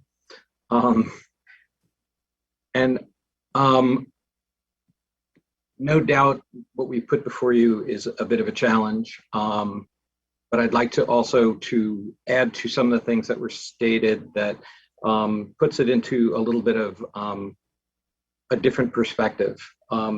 First of all, just because I just sat through, 4 other discussions of buildings where you used words that occurred to these buildings in the past, like maintenance, upkeep, freshen up, modernize, refresh what is tired. These are all of the things this building was never afforded. This building was built for animals, probably horses and wagons. I don't know that I would call it a barn, but that's okay. And its maintenance was as minimal as possible. As you heard from Jill, they nailed asphalt siding onto it, asphalt shingles onto it, just to keep the weather out of it a little bit. They really didn't care. And I know that we all fall in love with these wood boards, because I do too. And I can't buy an 18-inch board today very easily. There is only really, I think, only one on the building. But the people who built it really did not look at it that way. This was a straight up utilitarian building, inside and out. But what's interesting is, and then of course, because of that, and it hadn't had any maintenance, it isn't afforded that current life of being close to being usable. So in order for us to use it for habitation, we have no choice but to insulate it. And I'm basically left as an architect with 2 choices. I can insulate it on the inside, and in doing so, I will destroy 80 to 90% of the structure. I will have no choice. I will encapsulate it, nail into it, cut through it, shim it, all of those things. The inside's not flat. The boards are just picked from different places. And that doesn't seem like a very preservationist thing to do. Alternatively, I can insulate it on the outside. And when I do that, I can salvage 100% of the building that isn't rotten. 100%. Now, on top of that, I can even salvage some of the stuff that is rotten, because I take it out of the elements where it will decay even further. And that is the siding. I don't care if my interior siding has some rotten wood in there. It's not doing anything and it will not continue to rot. But if I leave it on the outside of the building, it will continue to rot. So I have to tear it off and replace it with something that's going to withstand the test of some time. In doing that, I meet the Secretary of the Interior standards for destroying nothing. And in doing that, I also meet the Secretary of the Interior standard for having the entire thing be reversible in the future. You can take the panels off. That is absolutely 100% true. And I've done it numerous times to other structures that don't have to go through HDC standards. So I don't have to necessarily explain that to a group. So I do contend that the people who envisioned how these buildings could and would be salvaged over time never conceived of what I'm talking about, because it wasn't on their radar. And I've seen buildings that have been insulated on the interior, timber frames and the like. As a matter of fact, some of you may know of one that just recently was removed from our world on Scioto Church Road between Zeeb and Parker. It sat there for the last 20 years, and the interior was a timber frame, and it was all insulated on the inside. And I was asked on numerous occasions, how can you save the timber frame? And I couldn't come up with a way to do it, because they goobered it up so badly. There was nothing I could do. And saving timber frames is something I do. So as Commissioner Rockland said, there's a lot that we could talk about here. I consider it to be a very interesting subject. I lament that some of the people who envisioned how we should go about saving certain old things didn't think about everything that we can think about today. But I just find it troubling to throw all of this fine material that would make for great finishes and be really beautiful on the inside, and to encapsulate all of that in the name of standards that were written that really didn't foresee this kind of building. So with that, I'm happy to take any questions. Oh, there was one very fine detail that keeps coming up. That hay door on the front elevation, it got raised up because it splits the floor system, meaning it's half on the first floor, half on the second floor. That's kind of a dangerous thing for me to leave. I'll have a hole in the floor. And so we moved it up so that it can stay, but I can't have a window that goes between two floors. That's why it got moved. But that's a detail. Craig, is there anything you want to add? Thanks, Chuck. I appreciate it. And thanks to the commission for considering this structure. I know this is a tricky one. We purchased this house about 3 years ago in 2018. And just in the 3 years that we've lived there, we've seen just innumerable damage to the structure, just from the elements, we've evicted raccoons from this structure, we've evicted stray cats from this structure, we've had water damage, we have shingles that fly off the roof in every single windstorm, there is water pouring in whenever there is snow on the roof. We've had roofers come to the building just to see if we could shore it up so that we could prevent the roof from caving in. And no roofing company would take the job because they felt it was too dangerous without completely reinforcing the structure. And we really want to save this structure. It's really important to us. We agree that it adds a lot of character to the neighborhood, and we want it to be functional and not just as a place where we store things that we don't care about because they'll inevitably get damaged. And we also think that the way it currently is, I mean, it sits, you know, there's a dirt floor and there's basically no foundation. It's just sitting on cement blocks. It's a hazard. It's a hazard to our family. It's a hazard to our children. We don't want them playing in it. We won't let them in the structure. I wouldn't let anyone up in the loft space. There's been so much water damage in the last few years. I'm afraid that the floors are going to rot through. And yet, at the same time, as we said in the application, this is an incredibly charming building that we think deserves to be saved and repurposed for something that will stand for another 100 years, hopefully, or more. So I look forward to the discussion and happy to answer any questions. So thank you for considering it. And if I may add one quick thing, just to make sure this point is really clear, what is clearly demolition by neglect is not the current owner's fault. Things have not happened to this building for decades, and these guys have only owned the house for a couple of years. So I just want to make sure that's clear. Thanks, Chuck. And there's one other thing that I also want to add is that the wood is clearly rotting, and I know this because the woodpeckers love it, the carpenter bees love it. They come and peck on this thing, you know, all summer, all fall.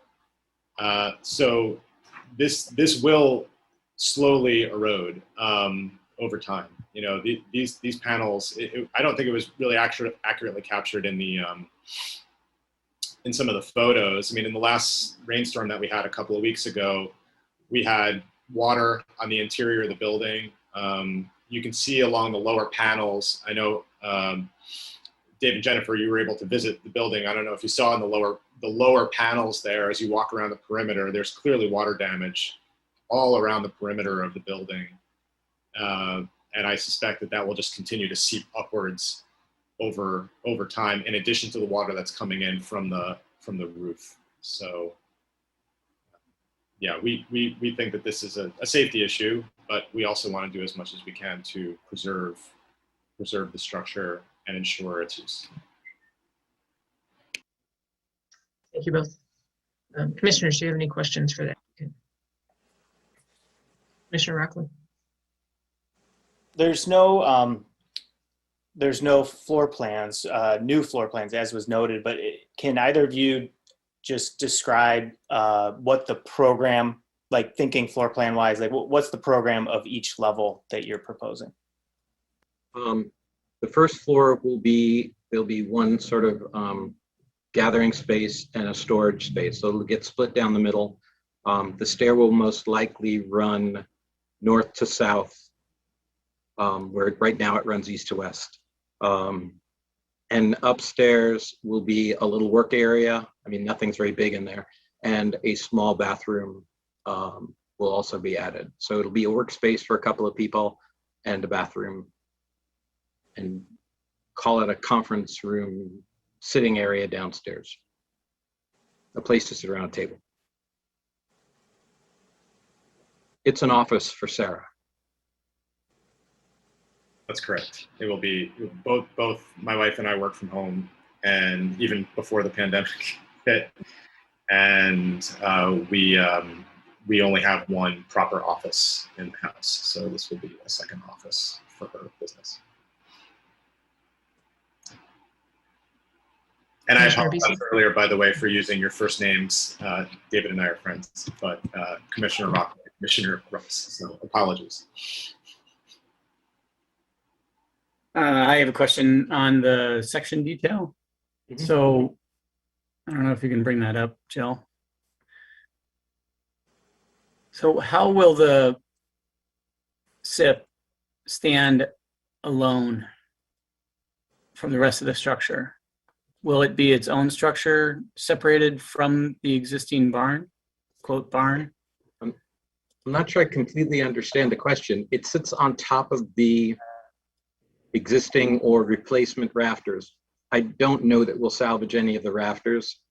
Some of them are clearly not salvageable. But so there is no substructure holding. You're relying on the structure of the existing building to hold the SIPs in place. No, there'll be the SIPs roof panels will sit on the SIPs wall panels, which will sit on the foundation. The section you're looking at is through the overhead door, so it doesn't show the SIP panel, the SIP wall panel coming all the way down to the foundation, because this is through the openings. But if the section were just through a common wall section, there would be a SIP coming all the way down to the ground. Does that make sense? Right. Yep. Okay. And then the foundation, you had mentioned hitting the energy code. So I don't see insulation around the foundation, the footings, the floor slab, or the footings.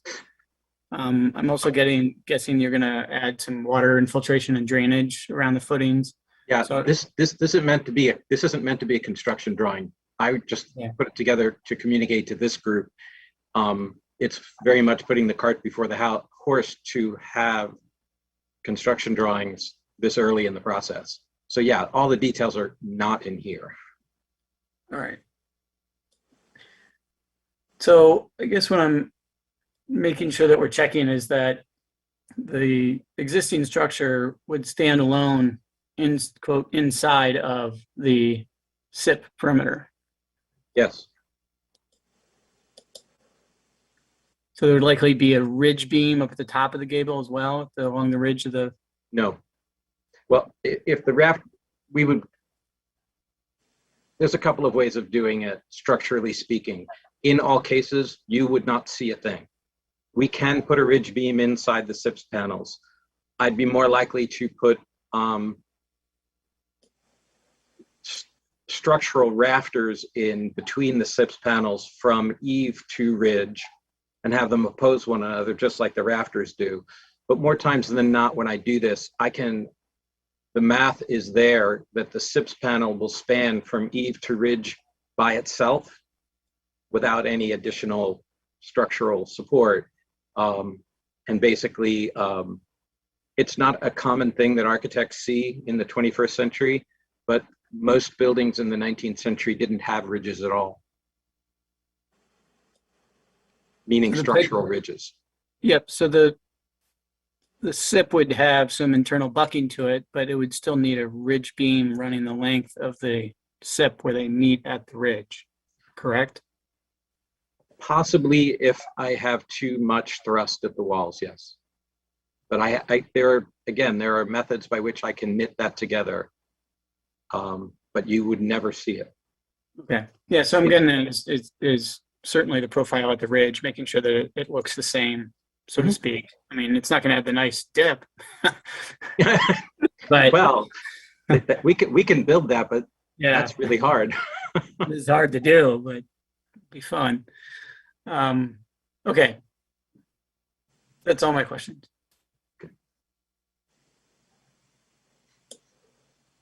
Any other questions from commissioners? Seeing anyone? So again, move on to the public hearing portion for the application. So this is a opportunity for persons to speak up to 3 minutes about the application at 711 West Jefferson Street. Do we have any callers?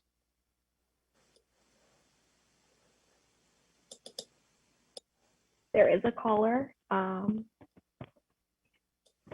No callers have indicated.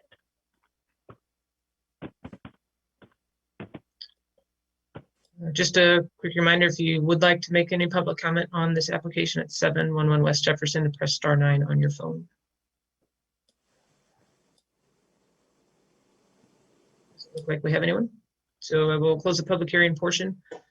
Would any commissioner like to make a motion on the application? Commissioner Beeson. I move that the commission issue a certificate of appropriateness for the application at 711 West Jefferson Street, a contributing property in the Old West Side Historic District, to alter the existing barn by adding a rear shed dormer, altering the side and rear elevations by adding windows, sliding doors, and a person door, replacing 4 original windows, infilling a hatch opening at the front with glass, and fixing the hatch open, replacing the rafters and re-roofing and installing insulation and recladding the structure on the following condition: that the exterior cladding matches the materials and dimensions of the existing woodboard cladding.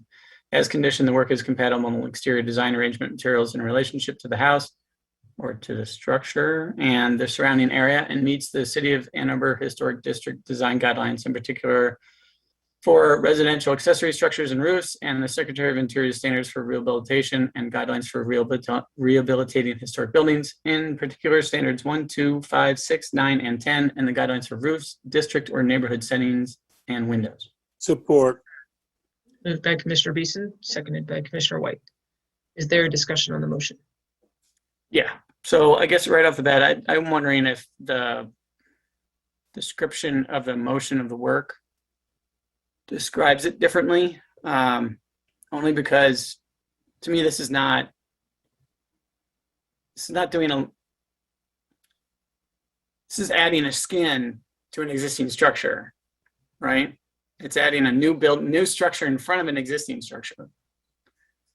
And while it's still replacing windows and adding sliding doors and windows too, I'm wondering if that needs to be differently phrased, because I guess those openings are still being added to the existing structure.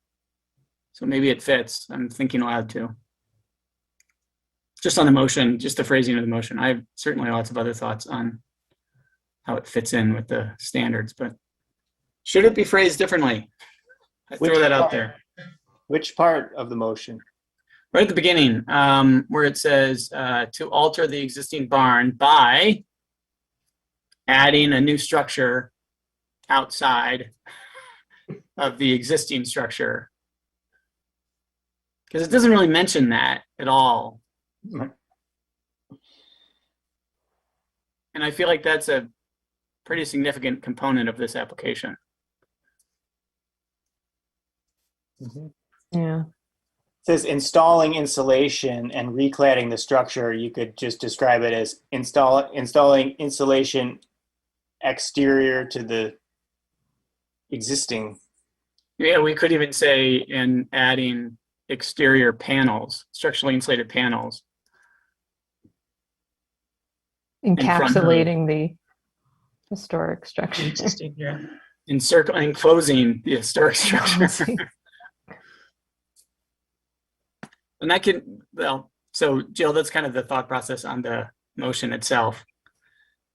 If Bob would accept the amendment of it. Jill, do you think you have that then in terms of basic discussion? We weren't too clear about it, but. Yeah, you weren't too clear about it. Yeah, I'm not going to be clear about it, but. I mean, I've got the part about striking insulation and changing it to SIPs, not an acronym. Recladding the structure, you wanted that different? We're putting it in an envelope. Putting the structure in an envelope is exactly what we're doing. Mm-hmm. Yeah, I was thinking about saying at the top where it says a contributing property in the Old West Side Historic District to alter the existing barn by adding a new structure to enclose the existing structure, which includes a rear shed dormer, altering the side and rear elevations by adding windows, et cetera, et cetera. And then when it That gets makes sense. down, and then when it gets down to the phrase that says, and installing insulation and recladding the structure, maybe it says replacing the rafters and re-roofing. Well, is it really replacing the rafters, or is it sistering them and adding additional structure? Chuck, can you answer that? If I can unmute. To be honest, most of the rafters are rotten through. So we would be replacing them, but we would be replacing them with timbers in kind. Yeah.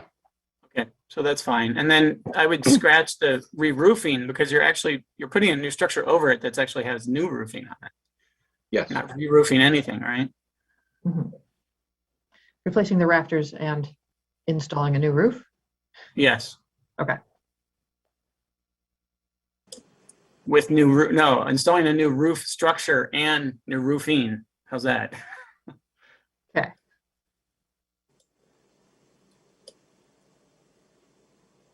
And then I think you would just scratch the and installing insulation, because we tried to capture it at the beginning where we said to alter the existing barn by adding a new structural enclosure. Okay. Got it.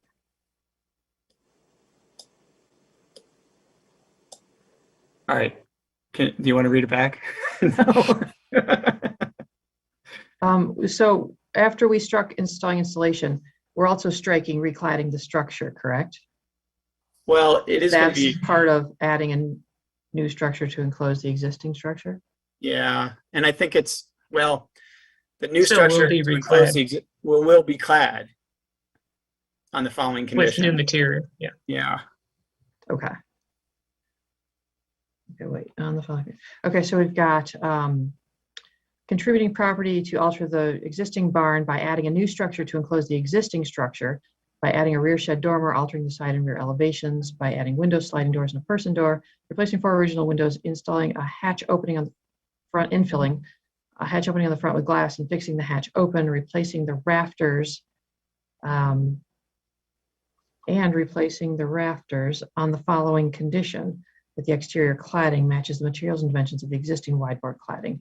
This was before the application was revised.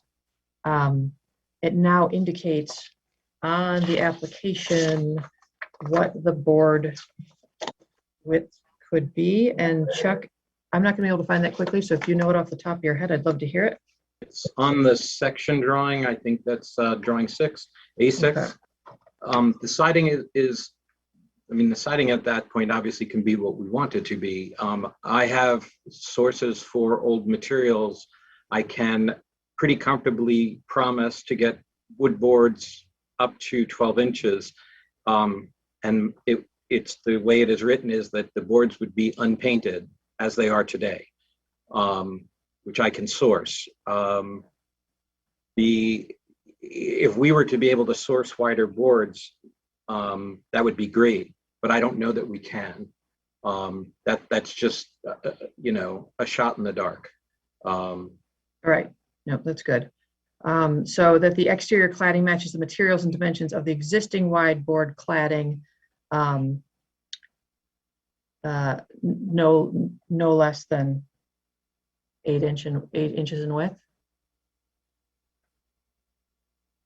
or no less than 8 inches wide.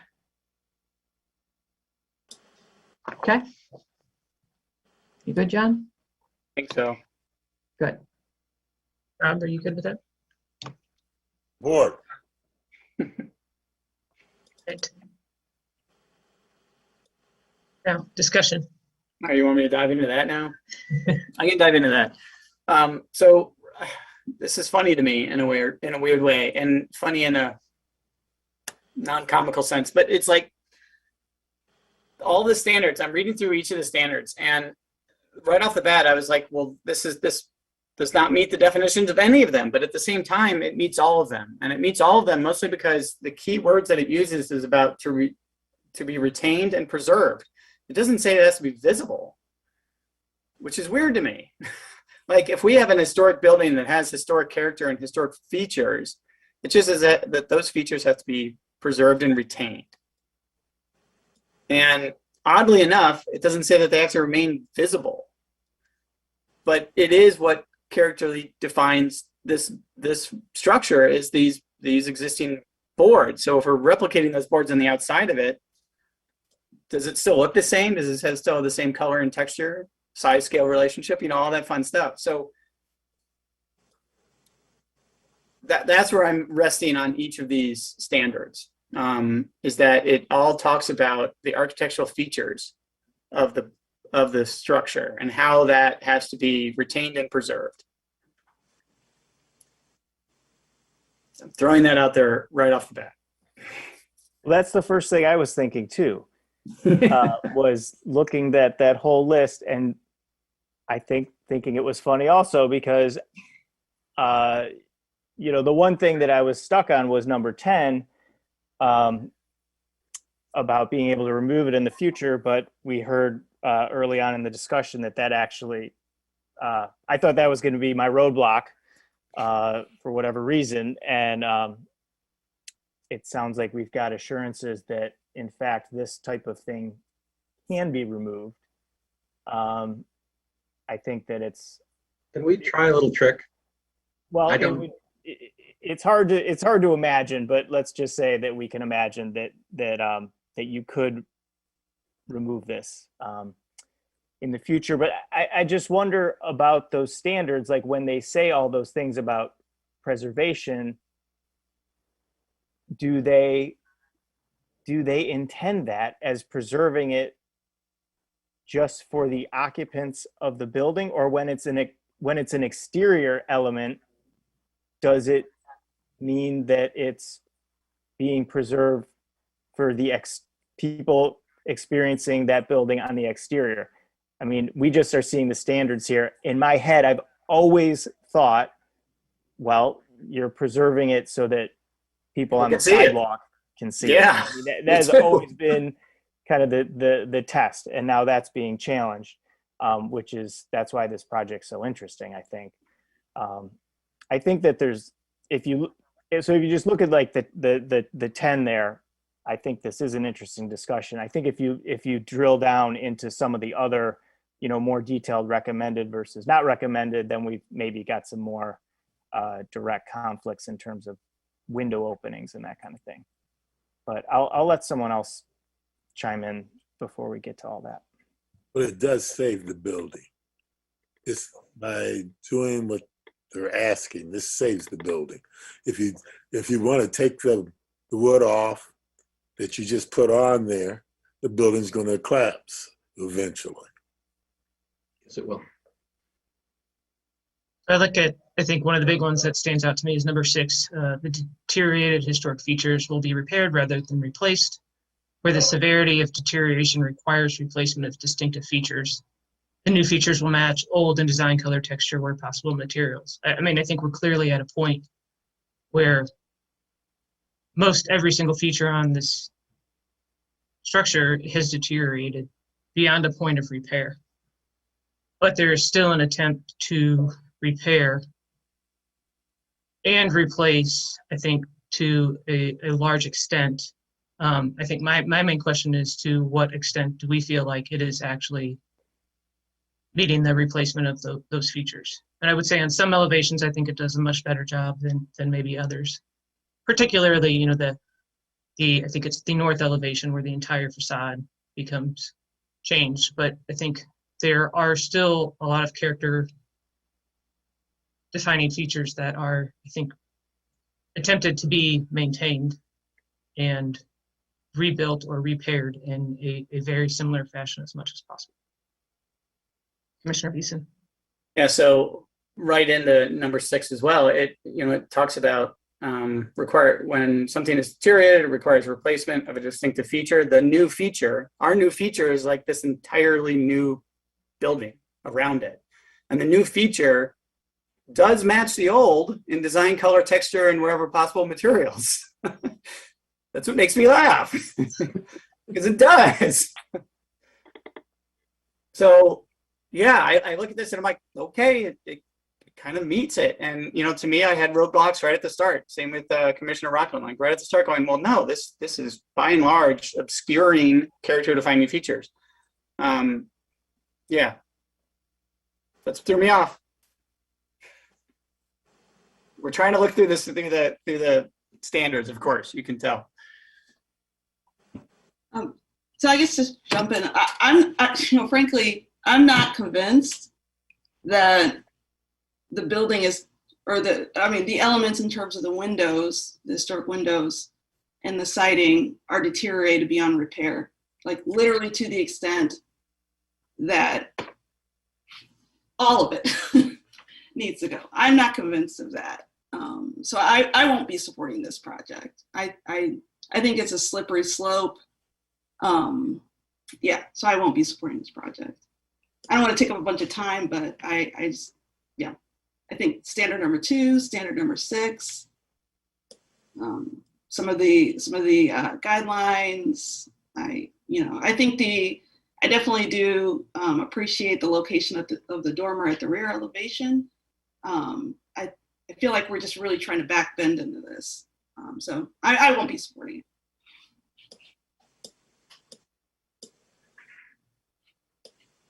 Commissioner Rockland, you were also on site. Could you speak to the deteriorated fabric? Do you agree with Commissioner Ross? Well, were you able to observe? I think that what was said before about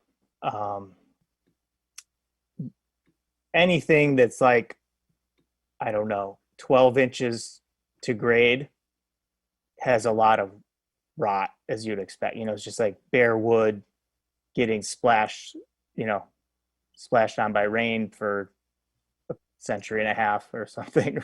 Is that part is certainly deteriorated, which is sort of ironic because that's the doors are the one thing that's talked about being preserved as is and move forward into the new structure. But to me, the doors are probably the most rotted out pieces. I mean, we weren't able to go inside, so it's hard to say, but I mean, it just, I can't picture how this wood that's existing is going to be any different than the salvaged wood that's going to be replacing it. I mean, that's why I'm sort of confused about sort of the plan here and why, if we're just cladding it with basically the same wood, then why don't we just use the wood that's there as the cladding? So yeah, I mean, that was confusing to me. I guess it looked, I would be more worried about the structure, I guess, than the cladding. Again, we couldn't go in, so it varies, and it's unfinished wood. It's unfinished wood sitting out there in the weather. It's old wood, so it's actually held up, way better than anything else, today would hold up. But yeah, I mean, I guess those are the two questions. Is like, well, why are we, saving the doors if the wood's not good enough and we have to reclad it? It's a little talking out of both sides with that. Can I address that? Yeah, please. The doors can be saved because I can take the doors off. They're just 3/4 of an inch thick wood boards with a batten across the back. I can take them off and mount them to a substrate that will be substantial enough for them to be used and not fall apart. It may be possible for some of the windows to be salvaged and put back in. I've had a difficult time getting the attention of the few people in the area who do that kind of thing to tell me if these are warped too far or if they can be made to be, if they can be salvaged. But they are some of them, the double hungs that are in there, for example, are wedged and nailed on an angle, and the sills are rotten, and you can see them, and the sash bottoms are rotten and things like that. So it may be possible for some of them to be saved. I then have to then fight through the energy issues and those sorts of things with the building department. But the goal was to salvage as much as possible. We're not trying to throw anything away without consideration.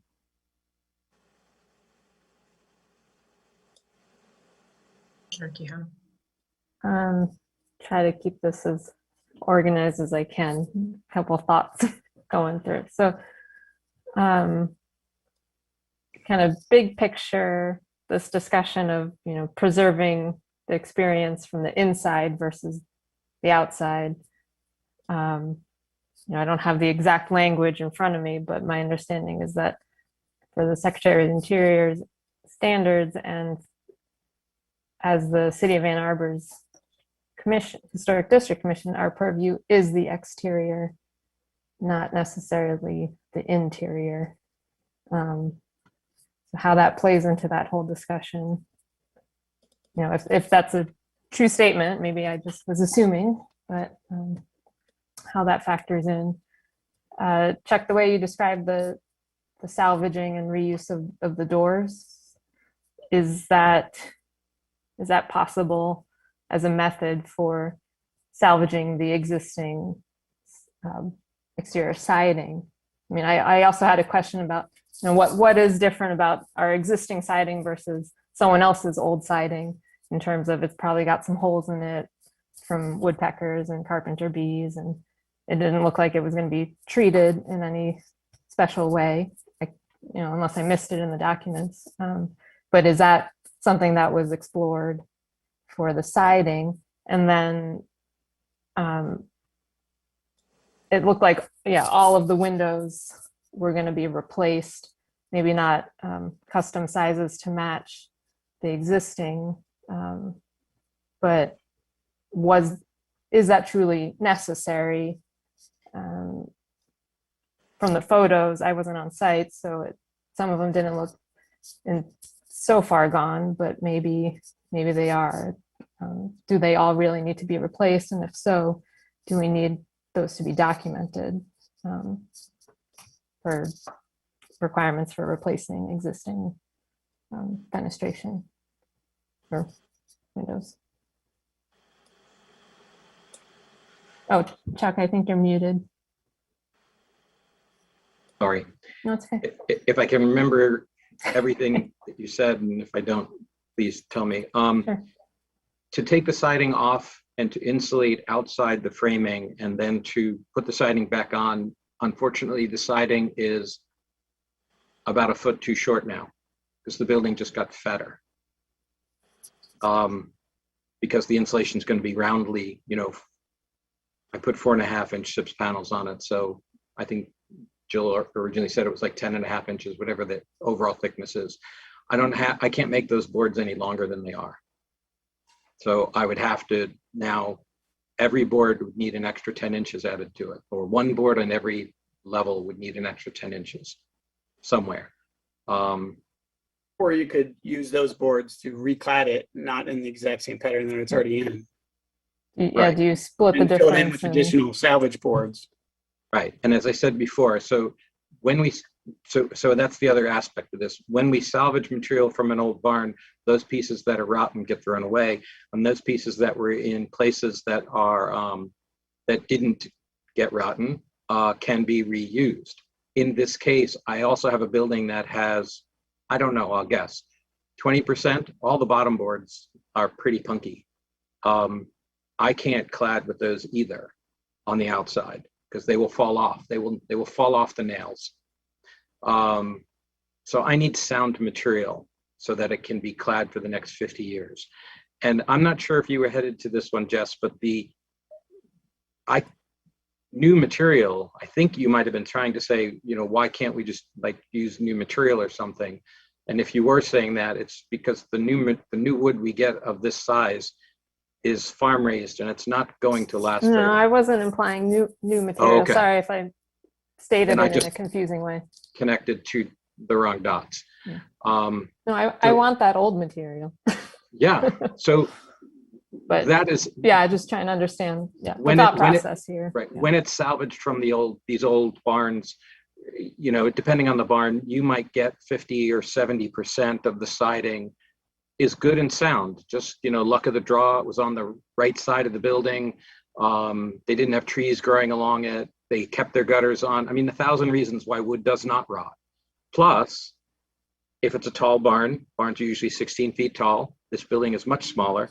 Barns around here are 16 feet tall, mostly. I get 16-foot boards out of them. Well, I don't need 16 total feet. So I can cut the rotten end off. So I can get to pretty sound material by sourcing it through these means that we have, but I can't magically make the material on this building sound again. That I can't do. Did I miss anything? So I don't know if anyone else wants to continue the conversation about the siding, but the condition of the windows that in the locations that either are being more or less maintained, but they're getting replaced, is that truly necessary? As I said, these windows were very much for their day. Nobody was worried about making beautiful windows. It was a building for hay and horses. They're okay sashes that have not been maintained at all. And the entire window is within a 3/4 inch, you know, it's set within the studs and the 3/4 inches. So they're not deep. They're not, for the most part, the jambs are probably gone. The sashes might be able to be salvaged and put into new jambs. And we can certainly look into doing that.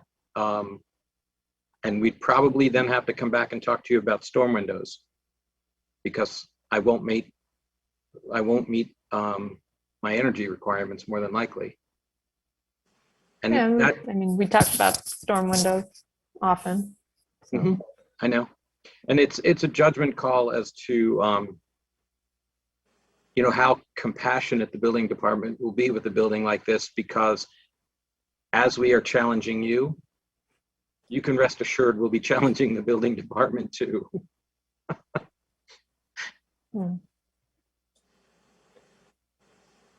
Well, I appreciate your response. I'm still trying to reconcile all these different pieces that make up this project. Bill, is it possible for me to share my screen?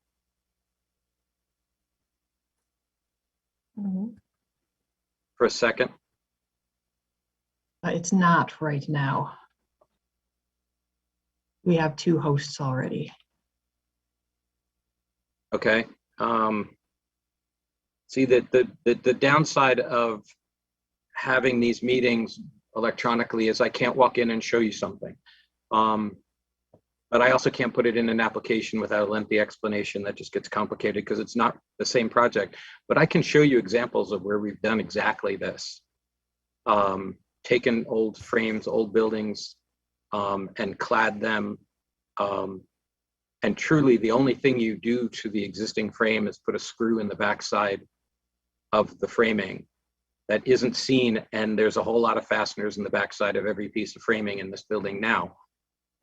That's the only contact that we have with it. We literally wrap the building in black paper and then put the SIPS panels on.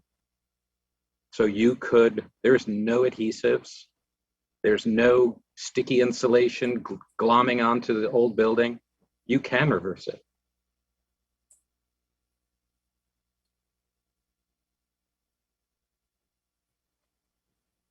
Commissioner Rockland.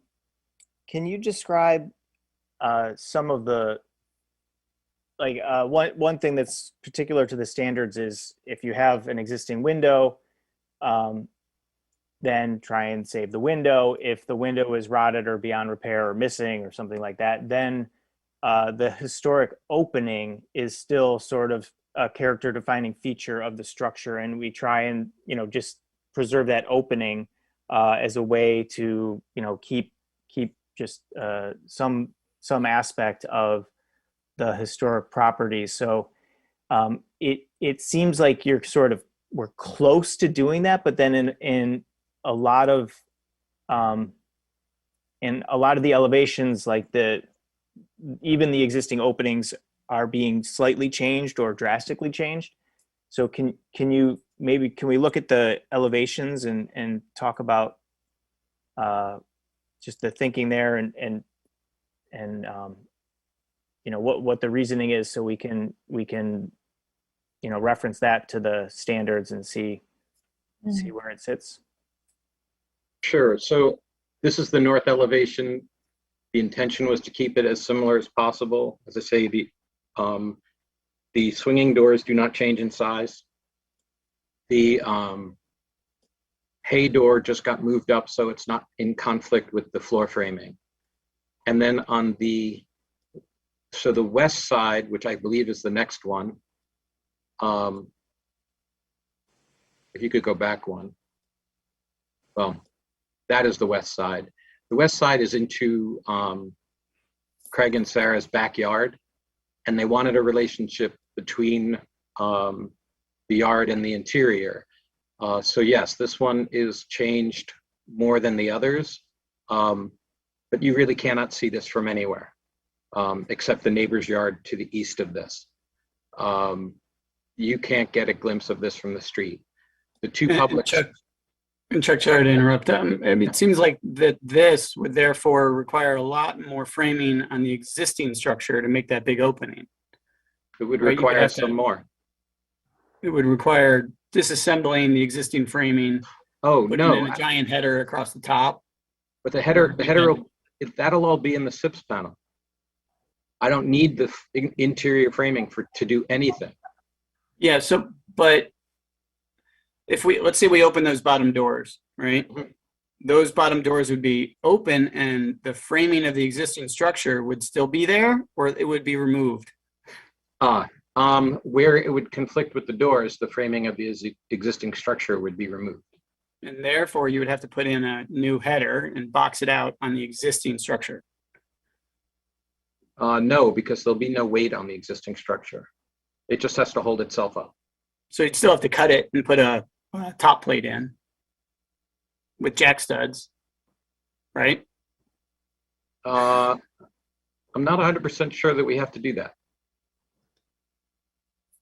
Well, we can't just it can't just hang there. I mean, no, but so along with the rafters being rotten, the suspicion is that some of the loft framing is also rotten.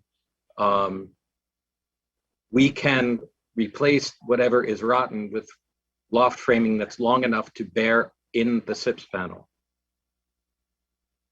But that's all interior stuff. But in the end, I'd be altering that as little as possible. It would be as quiet as it could be.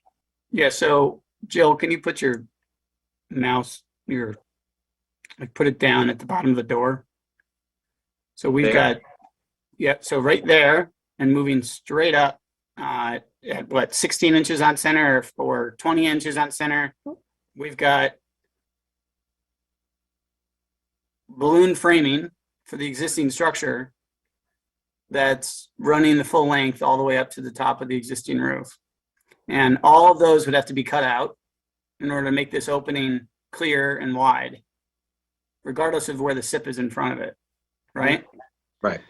And where those are all cut, we would have to put a plate, a header plate, and jack studs to hold up the weight of the existing old structure from falling down completely. So that is pretty intensive to me in changing this opening. Okay. So that, I think, has some issues with the Secretary of Interior standards for, what part is this? Basically, it's in openings, but it's, Jill, you didn't have the openings part in here, but there's another segment that we have about openings, door openings. But John, isn't this like if you build an addition in the back, well, you got to get to the addition. So you cut a big hole in the back of your house so that you can get to the rooms in your addition. I mean, Yeah, but isn't that sort of like this here? Or? Yeah, but except that we've got historic structure that we're trying to maintain. And in my mind, a large part of being okay with this, because we're trying to encapsulate the existing structures, that we're trying to maintain as much of the existing structure as possible. We're kind of like putting it in a shell to encapsulate it and take care of it. But here on this elevation, we're cutting out most of it. Yeah, the overarching Mhm. argument or case literally has holes punched through it. Literally has holes in it. Yes. Yeah. Yeah. So, and that's just a big opening. So that's one of the elevations. Let's go to the other ones Well, too. before we go to the other elevation, I think that I don't really have any issue, I think, with the big opening. I mean, it's big, but I get it because there's program that's calling for it. I mean, there's this, program of like this indoor, outdoor, you're going to be doing something inside and outside there. And so you need a big opening. But I'm a little confused as to why it looks like we've got a window up in the gable there. And then we've got a new window in the same gable, but it's like slightly moved maybe and slightly different size, which means that I don't see a good reason for, there's no program that I know of that makes that window be slightly moving and slightly different size. Yet you'll have to manipulate that existing cladding that we're trying to save. It's going to have to grow on one end and be cut on the other end. So I don't get why that window isn't, exactly the same rough opening as the existing. Am I muted? Nope, you're good. Oh, and you're talking about the window. I can't read the numbers. Me neither. The highest window on this elevation. The highest window on this elevation. The new windows were selected from the list of standard sizes from the manufacturer. It is in the same place. Maybe it's due to the trim underneath it and the siding that it appears to be different. The intention is that it is, the window's centered and it's intended to be in the exact same place. Sounds good. But it is a different size. It is a slightly different size, again, because the manufacturer makes them certain sizes. And you pay for a window and a half when you change a custom size. And the windows currently, I keep trying to use my cursor to point to things. It doesn't work, does it? The window, the high window currently doesn't have casing on it. When we case it, I can cheat and hide a little bit of the boards that might not be there.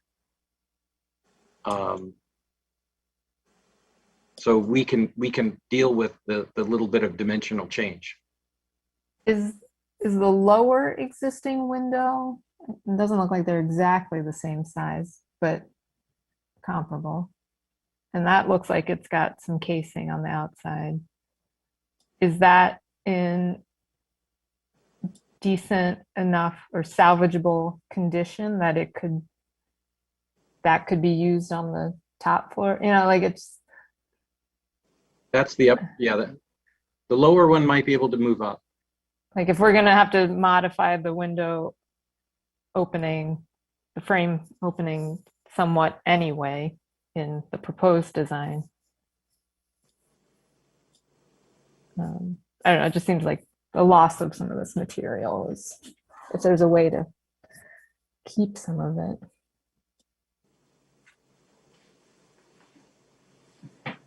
So Also it's a seems that consideration, but it also seems that the window casing around the existing structure is relatively inconsistent and makes me wonder about how much of it has fallen off. Even though it looks partially intentional as kind of cool little design features, it's also It looks like just some of it just fell off. I think it fell off when they yanked the asphalt shingles That's off, right. because I think they nailed through it and split it all up. Because if you look at the rear elevation photographs, there's no apron underneath those sills, but there are nail holes for that apron. Mm. It was there. And corner boards are missing for the same reasons. They got torn off because they got nailed onto and they split. The siding or the trim is 3.5 inches. And well, you know what happens when you put a 10 penny nail through an old 3.5 inch piece of wood.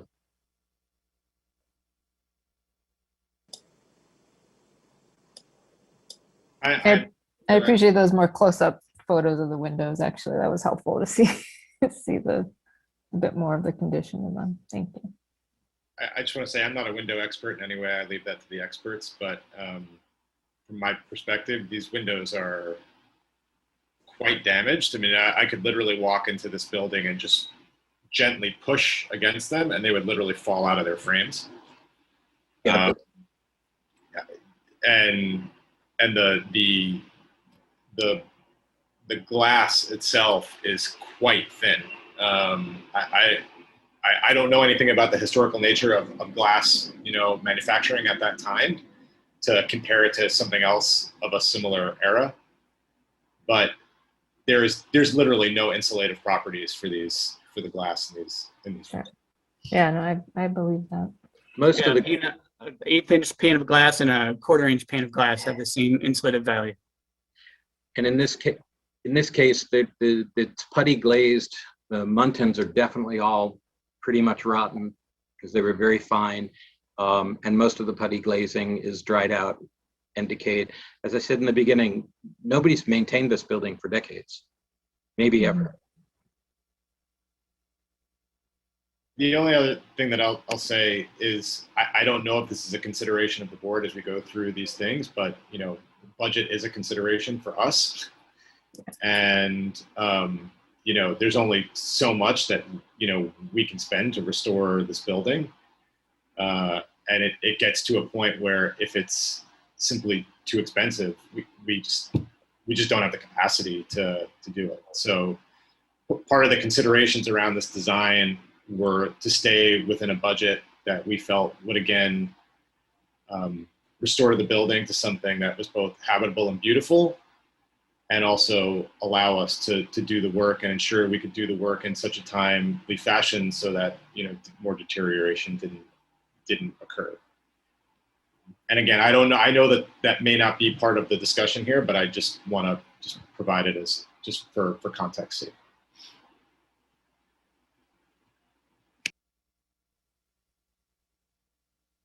Can we see the rest of the elevations? That was, I think, fruitful discussion.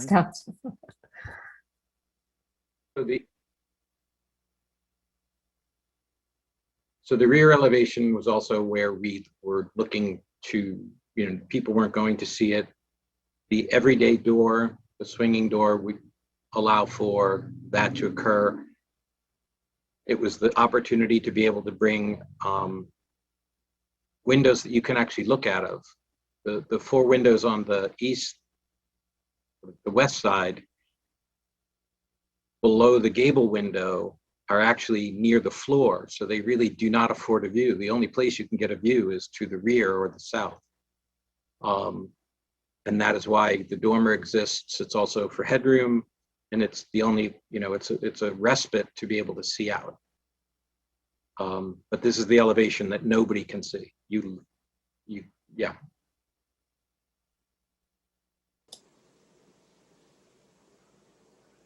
And then this elevation, with the exception of offering the additional window to balance the first floor out, which I guess officially we don't have to do, the intention was to put it back as much as possible.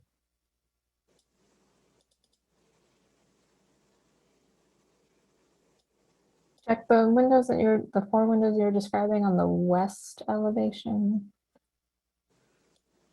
So you said they're close to the floor. Yeah, so if you could see my pointer, it would be going underneath the sills of the 4 windows. it's pretty much sitting at the floor, or Pretty close. like we assume that. So if someone were standing next to them, where like Inside the building, yeah, on that top floor. you'd see their knee. So the benefit of having those 4 windows. For light and air.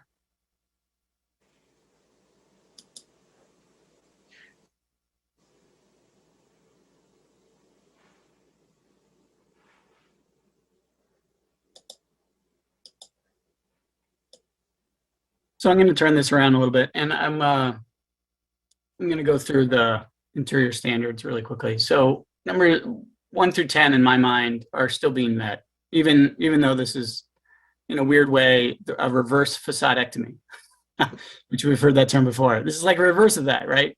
Instead of just cutting, like keeping the building, keeping the facade, cutting down everything else, we're like encapsulating everything and building around it. So 1 through 10 in my mind are relatively the being met. It's a weird phrasing. So that's one part. And then when we go to roofs, we look at the roof part. I think the part that makes it a little strange is where it says in recommended at the end of it, it says do not damage or obscure character defining features. So we are obscuring a character defining feature, but we're generating on the outside of it for whatever it's worth. It's not obscured from the inside. No, it's not. And that's the roof part. Yeah. But, as Commissioner Keanu said, it's like much of what we always have talked about here is that we're always looking at the exterior of a building. I wish we had that. That's kind of like in writing where we have that. But, yeah, is that in writing? I don't know. No. It's a base assumption. It is at the state statute. Okay. So, oh, yeah. So consideration of the exterior. Thank you, Jennifer. Yep. And then it also talks about changing the configuration of a roof by adding new features such as dormers, vents, skylights, so that the historic character is diminished. So in my mind, we're adding this dormer on the back of it. It's not really going to change much of the historic character from the viewing parts of the building. It does change it as dormers, but we add dormers a lot. And those don't really reduce the historic character all that much. All right, then moving on to windows. This is the one that I saw the most, which was designing and installing additional windows on rear or other non-character defining elevations. So the design certainly called for the elevation that had very little, or the most view has very little impact and very little change. But then on either side, we've got a lot of change, particularly on one of them with a large opening, which to me does affect kind of the character defining elevation of that view, because we don't see buildings flat, right? We definitely see them in 3D, and we know that there's edges and sides, and so we as human beings walk around them and observe them not just as a flat elevation. So that's a part of me where I'm not so sure that it works so well on the I forgot which one has the big one, the big opening, the west or east, or maybe it's not east or west at all, but right. District and neighborhood setting. I think the proposed does not destroy the historic relationship within the setting. It's just recreating something else on the outside of it that is just slightly bigger, but it's in the same location. It's not being moved. So I don't think it does much in terms of district or neighborhood setting. Going through the residential accessory structure component. This is from the Ann Arbor Historic District Guidelines. I think the appropriate part is maintaining it, and then to match historical materials and configurations is the main takeaway that I see on that one. Actually, and I've got and I'm going to be quiet after this. You can't be quiet, Jennifer. You have to talk. So I'm looking at the technical brief, preservation brief number 8. And, so this is a little bit, I have a couple of quotes here. Of course, it's taken out of context because they're quotes from a larger brief. And so it's entitled Aluminum and Vinyl Siding on Historic Buildings. So of course it's not wood, because it's not, I guess these preservation briefs aren't able to kind of expect every kind of strange situation that can pop up. But in looking at this brief, although like I said, it's talking about adding new siding, but like aluminum or vinyl, something that's inappropriate in character. It does talk about, this brief does talk about having issues with vinyl or aluminum siding because of the potential of damaging or destroying historic material and features. So I don't think we're saying that here, but it does speak to the potential of obscuring historic material and features, and most important, the potential of diminishing the historic character of buildings. So quote number 1. So it's speaking to obscuring historic material. Quote number 2, while this discussion focuses primarily on the historic character of individual wood frame buildings, of equal importance is the context of the buildings that comprise a historic district or neighborhood. Changes to the character defining features of a building, such as distinctive clapboard and other wall surfaces and decorative trim, always have an impact on more than just that building. They also alter the historic visual relationship between the buildings and the district. Quote number 3, I'm almost done. Structures are historic because of the materials and craftsmanship reflected in their construction and tangible and irreplaceable evidence of our cultural heritage. To the degree that substitute materials destroy and or conceal historic fabric, they will always subtract from the basic integrity of historically and architecturally significant buildings. So once again, it's speaking to concealing character defining elements. Although rustic in character, it speaks to the siding speaks to the building, it speaks to the craftsmanship, it speaks to the original use. Final quote. Once again, it's talking about aluminum vinyl siding, but it's talking about, once again, destroying or concealing historic building material and features, and in consequent result in the loss of a building's historic character. They are not recommended by the National Park Service. Such destruction or concealment of historic materials and features confuses the public perception of that which is truly historic and that which is imitative. Sorry. So in closing, I won't be supporting this project. Like I said, some elements, in particular the dormer, I think is sensitively located, but I think it's a slippery slope, and I think it doesn't meet the standards. Can I comment on that? Go ahead.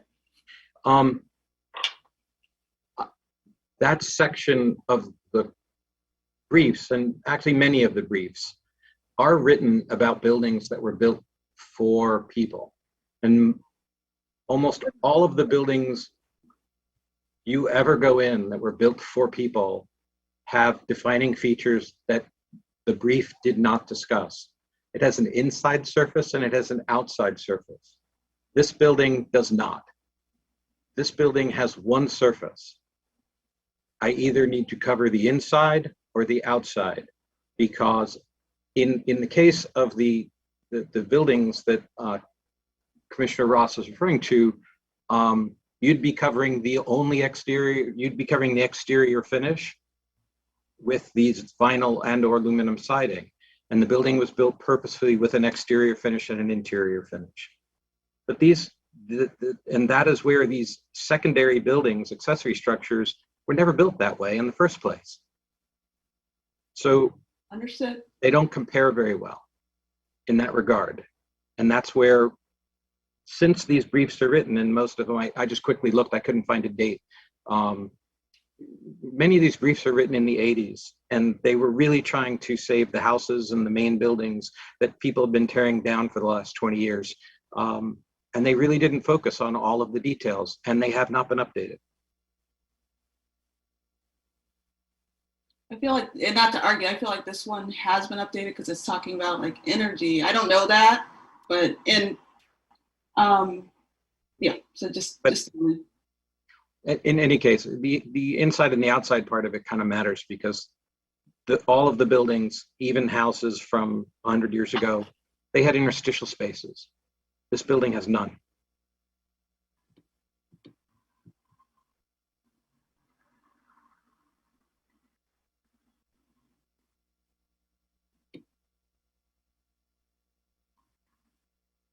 jump in with a thought. I think there's sort of two things that I'm dealing with. One is the cladding and one is the window plan. If we just talk about cladding for a second, I think it's fair to argue that the cladding is a character defining feature. I think it's also fair to probably argue that the cladding is deteriorated beyond repair. It certainly is more than obvious in several places, and then in other places, you know, without careful inspection, it's hard to say, but it could certainly be an argument. If you were going to say, I'm going to remove all of the cladding on this building and replace it with reclaimed wood that's going to match it as well as possible, that I think would match the standards, because it says, you know, replace like with like whenever possible. And so it is, cladding wise, it's kind of what we're going to end up with is, like, we didn't want to say recladding in the motion because that's not technically what's going on. We're not recladding, it's new cladding. But in essence, what we're going to get, at least looking from the sidewalk, I think it's going to look like it's been reclad. It's hard to say because we don't have any other examples of this, and I've never really seen this done in my tenure here. But if it's salvaged wood from a barn that's at least 8 inches wide, then it'll probably look really similar. So maybe I'm okay with the cladding. To me, I'm having a hard time understanding like what the plan was with the windows. Like, historic windows are character defining features of this property, and it just seems like new windows, I get adding windows for program, but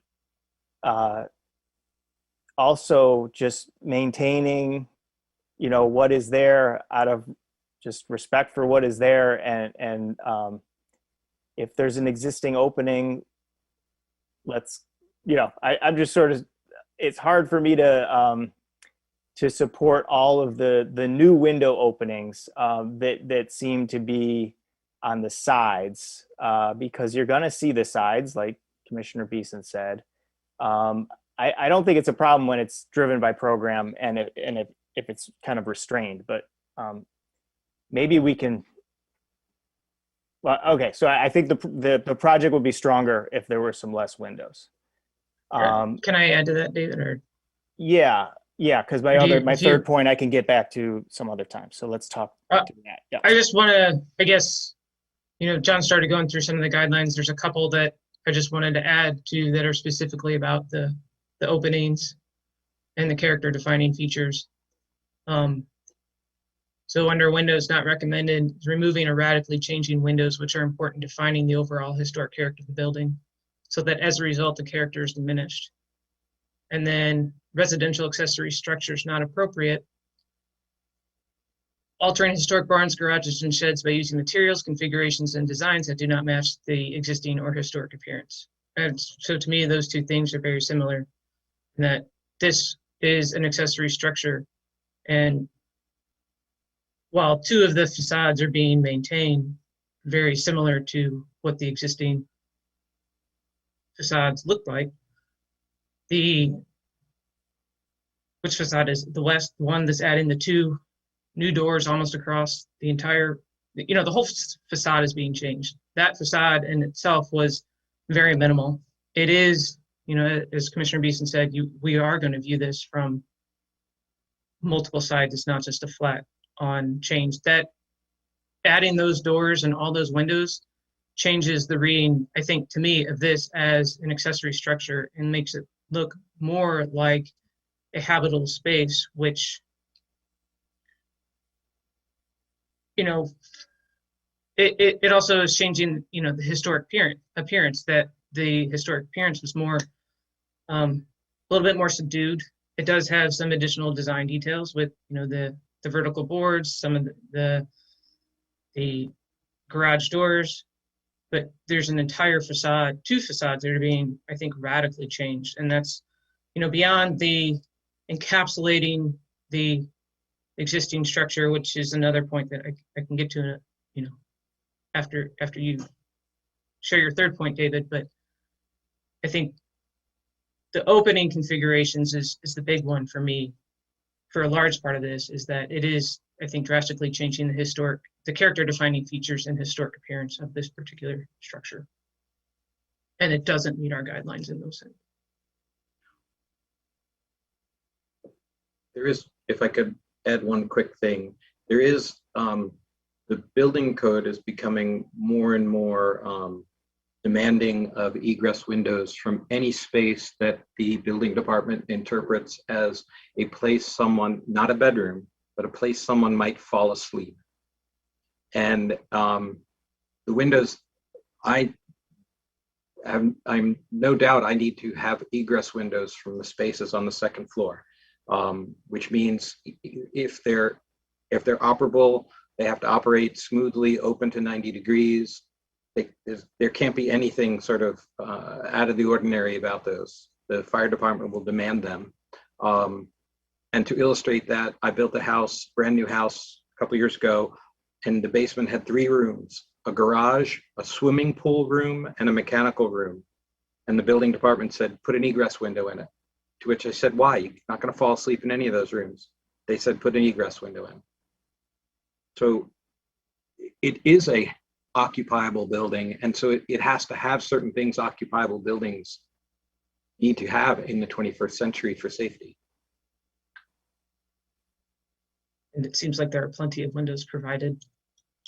Yeah, on multiple facades for that are existing, or yes, that are being added in a modified way that are right, very similar to the existing opening. And there are, and again, we can. It's possible that we can look at that more closely. Those windows, the egress windows, cannot be on the other side of an interior door. They cannot. Every time you put a door in, there has to be an egressable window.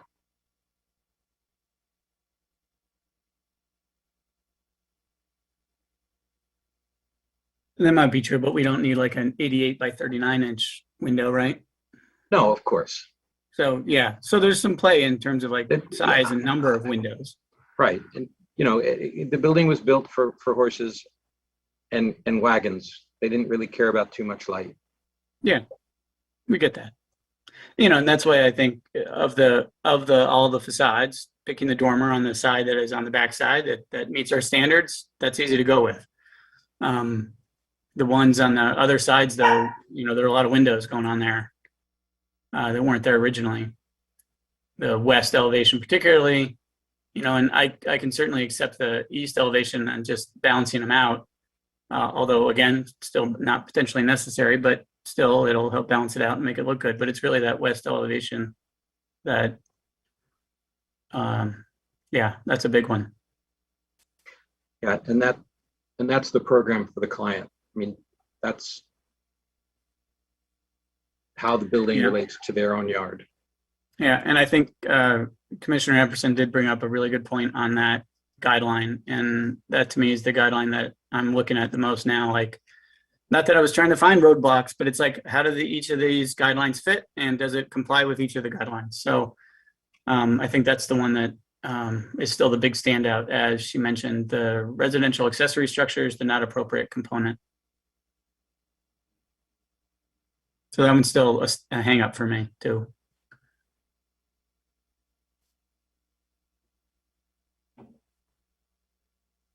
Trying to think through it again, but. Can you read it again?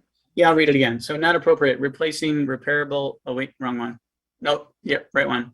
Not appropriate, altering historic barns, garages, and sheds by using materials, configurations, and designs that did not match the existing or historic appearance. So it's got most of the same materials. It's got some of them it definitely is the same configuration minus the rear roof. And it matches some of the historic and existing appearance except for the large, significant amount of windows. So I think it's the windows that really affects the overall historic appearance. You know, if it didn't, this is a subdued building, right, with not a lot of windows, right? So by adding lots of windows, we're changing that appearance pretty quickly. Perhaps I can speak to the rationale as to why the windows were chosen in the first place. I don't know if that would be helpful context. I understand that, you know, we're talking about something more technical than that, but in terms of program, I can speak to it if that would be helpful. Okay.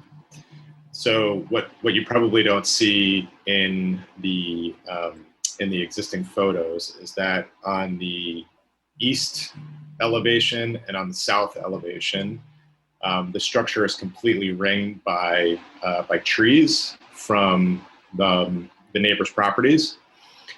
So when you have full foliage in those trees, you literally will get no light into the building anywhere other than the west elevation.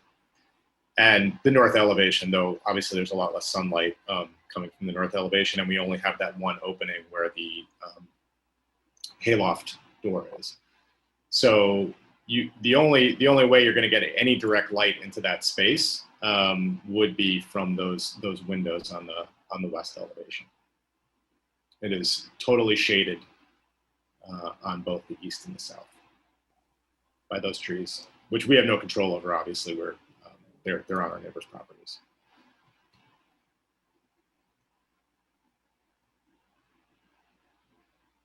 It's likely you'll get shading on east and west as well, based on the photos that we have. Commissioner Rockland, you were out there, same with Commissioner Ross. Did you happen to notice that? I mean, winter, all the foliage goes down. There are some evergreens around there, but yeah, I mean, there's going to be reflected ambient light. I understand the need to introduce as many windows as possible in order to open the floor plate, make it visible so you don't have to turn on lights during the day.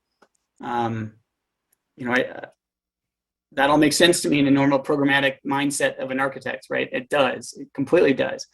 As you know, our purview is really trying to identify how this meets the guidelines. These guidelines are what were put in place for us to make sure that we follow and adhere to, and make sure that that's what we make our judgment calls on. So to me, it's really does come down to the fact that the historic appearance changes. You know, we have to kind of filter through to figure out what is it that, as Commissioner Rockland mentioned, like what are the roadblocks? What are the things that cause hangups? And how do those hangups actually allow us to say yes or no to it? And then is it a hang-up that is something that could be changed or adjusted so that we can get this through? Because our goal is to make sure that for the most part, we're following the guidelines, that we have historic integrity on what these houses and buildings and structures stick to, and at the same time that homeowners still have the flexibility to make changes and keep them as livable structures. You know, I think ultimately that's always been my goal on this commission, is to make these structures so that we can continue using them, as you know, as Chuck had mentioned, right? You know, we want to make sure that this can last.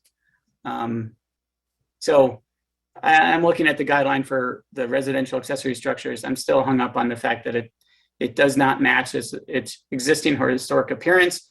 And to me, the filtering has come down to the fact that it's got just a lot of windows, and stripping it down would certainly make it look much more subdued. But I still look at the whole rest of the guidelines in terms of standards 1 through 10 roughly. And I'm like, okay, well, it generally fits. But that's the one area that I'm still stuck on. I'll leave it up to other commissioners to talk about too. Jill, it was a long time ago since you gave our staff report, but at the end of the report, you, I think, summarized two items or general items that you were just feeling you had questions on. I wonder if that'll kind of help focus the discussion. I think one of them was whether or not the east and west were character defining facades, right? Okay. Yes, that was one. And the other was using new material as cladding on the exterior. I would add, and I didn't say this earlier, that you really can't see the sides of this building. The west side is behind the house when you're standing by the road, and the east side is near some trees. I'm going to very quickly share my screen here.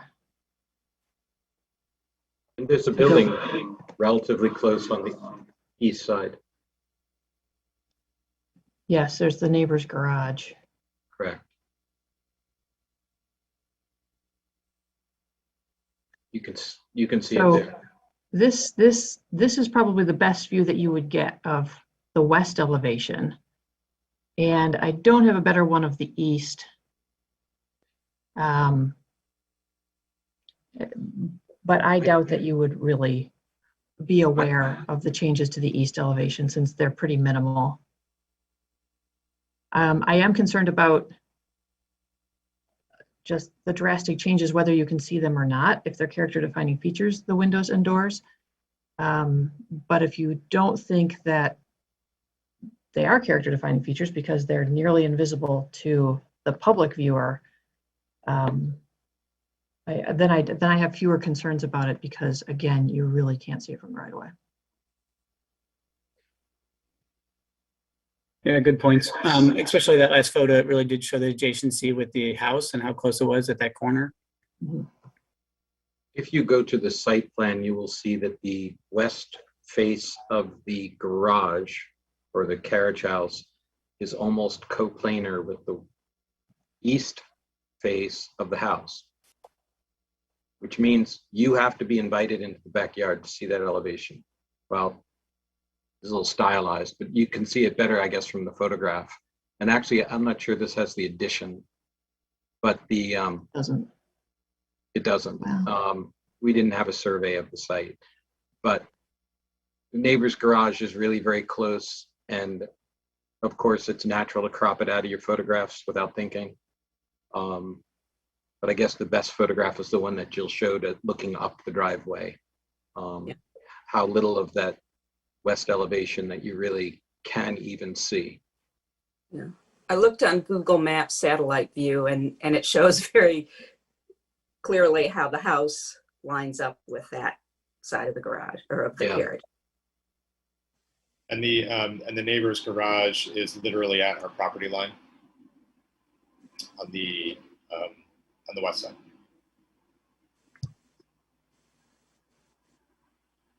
You can't see it in this photo. It would be to your right.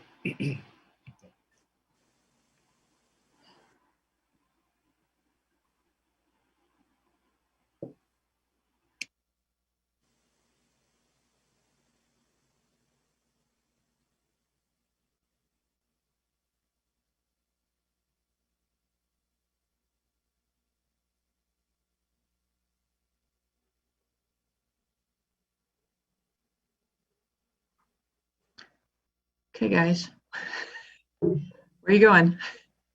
Are you going to vote? Are you going to ask for revisions? Are you going to do something else?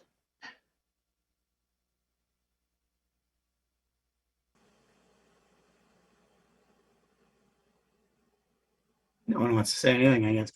I'm still looking. Go ahead. Yeah. Go ahead. I think the thing, and I don't want to beat a dead horse, so to speak, about this barn, but the thing that I think I'm struggling with, if, aside from the windows, is we're talking about it's a rebuild basically. It's in a demolition by neglect. We would normally like to see as much salvage as possible or rebuilt in kind. And in some sense that's happening, but it's also obscuring. And I think coming back to the question that if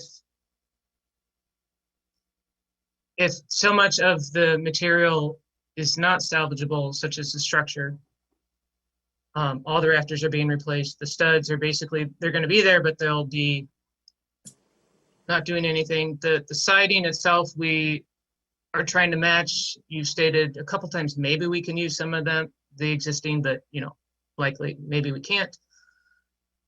Is it important to encapsulate, or is it, if we're rebuilding, why couldn't the SIPs are the studs important to remain in place?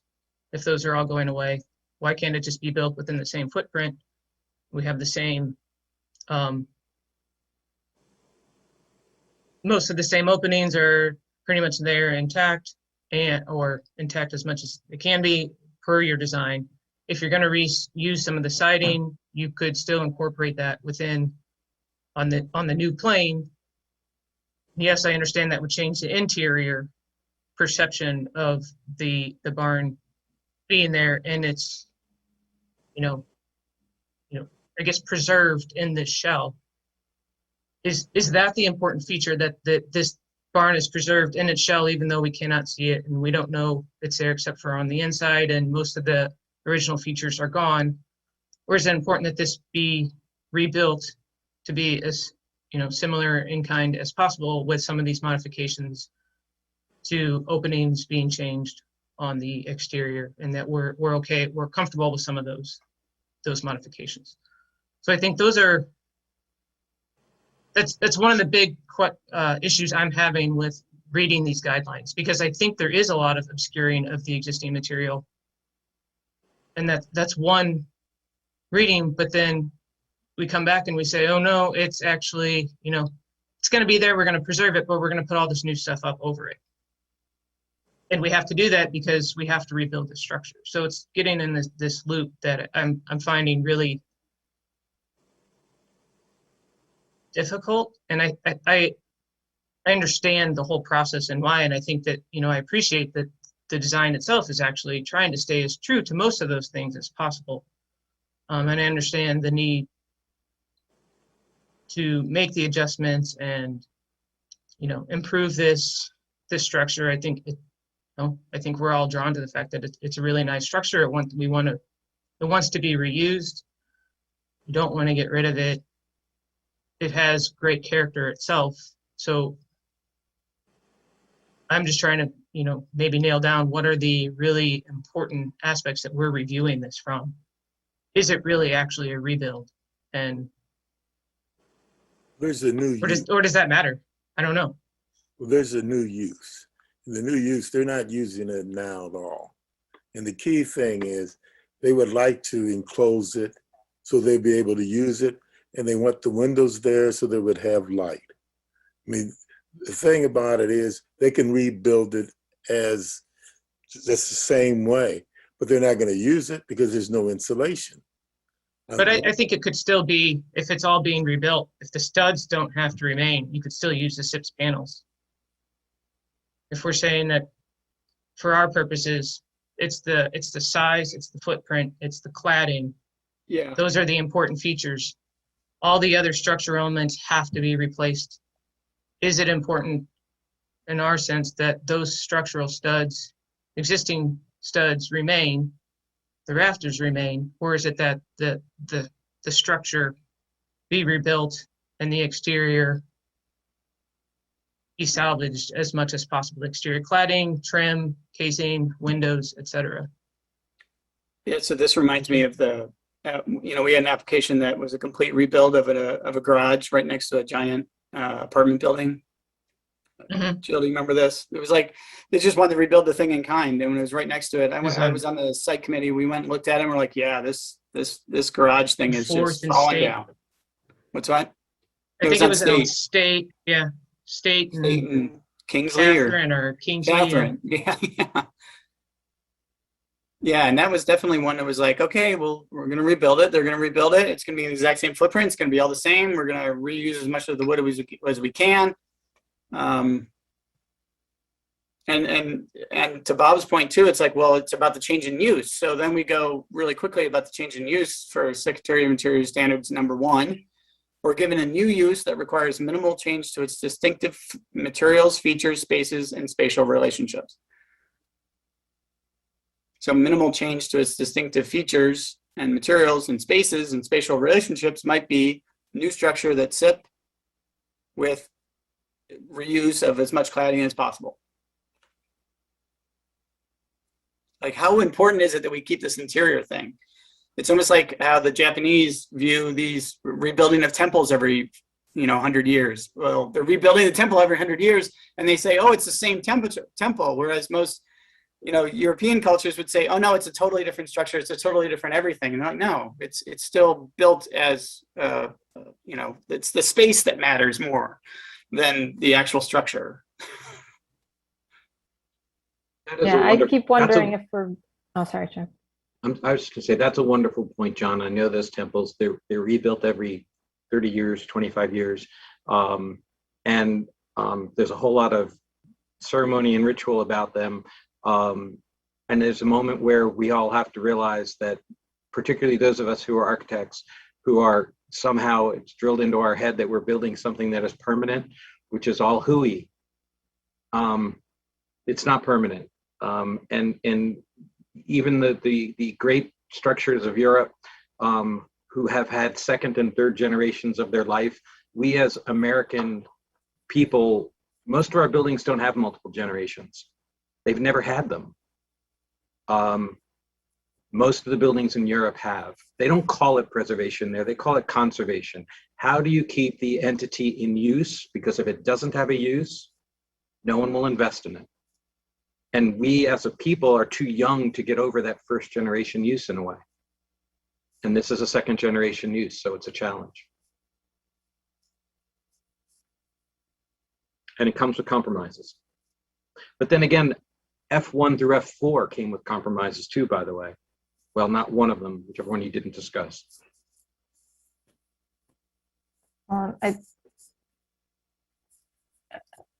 All valid points. When Commissioner Epperson was speaking, I've been sitting here thinking, yeah, are we overcomplicating things here? It's like we're encapsulating this siding, the structure. Some of the structure is going to get removed anyway and replaced.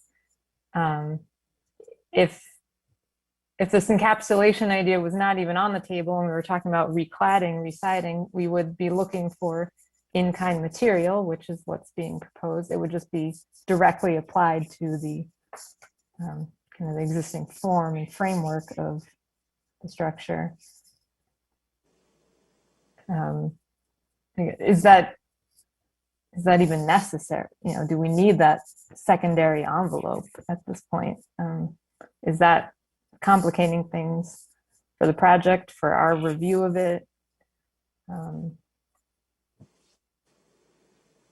What's the difference, I guess,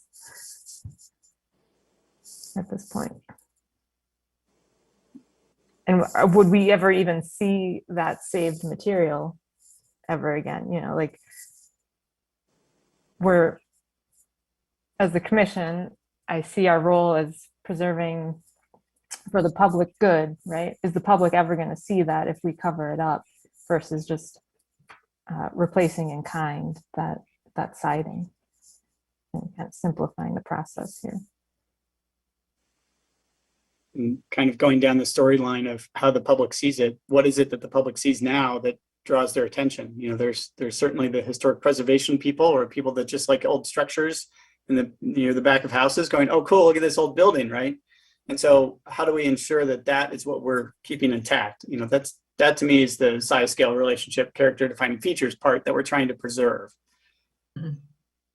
So but if we're discussing the difference between the encapsulation with the siding in kind, or the current siding with some siding in kind replacements and the SIPs inside, how much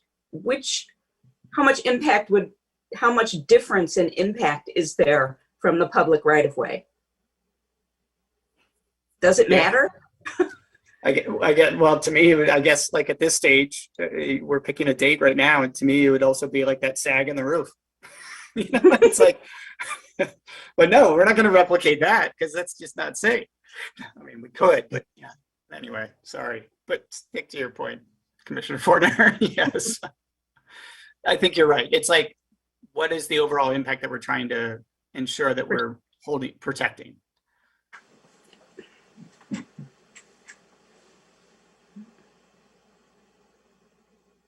But we have a motion, right? And we have to vote on it. So. Yeah, I think we have to vote. If anyone has any last comments, suggestions that they would. People need to reread the motion. Or does anyone need additional time to think, or is it just go?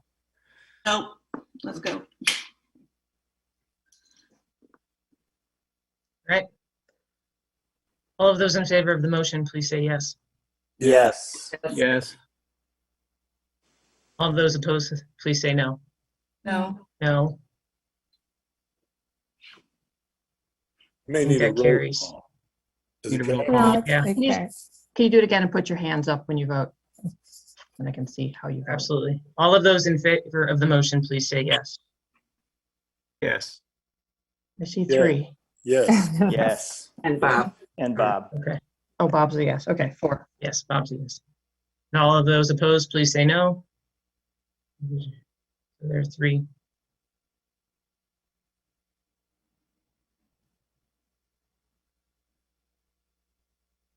Motion Right. carries. The motion carries. Yes. Your application has been approved. Please note that you must apply for any required permits from the city before beginning work on your project.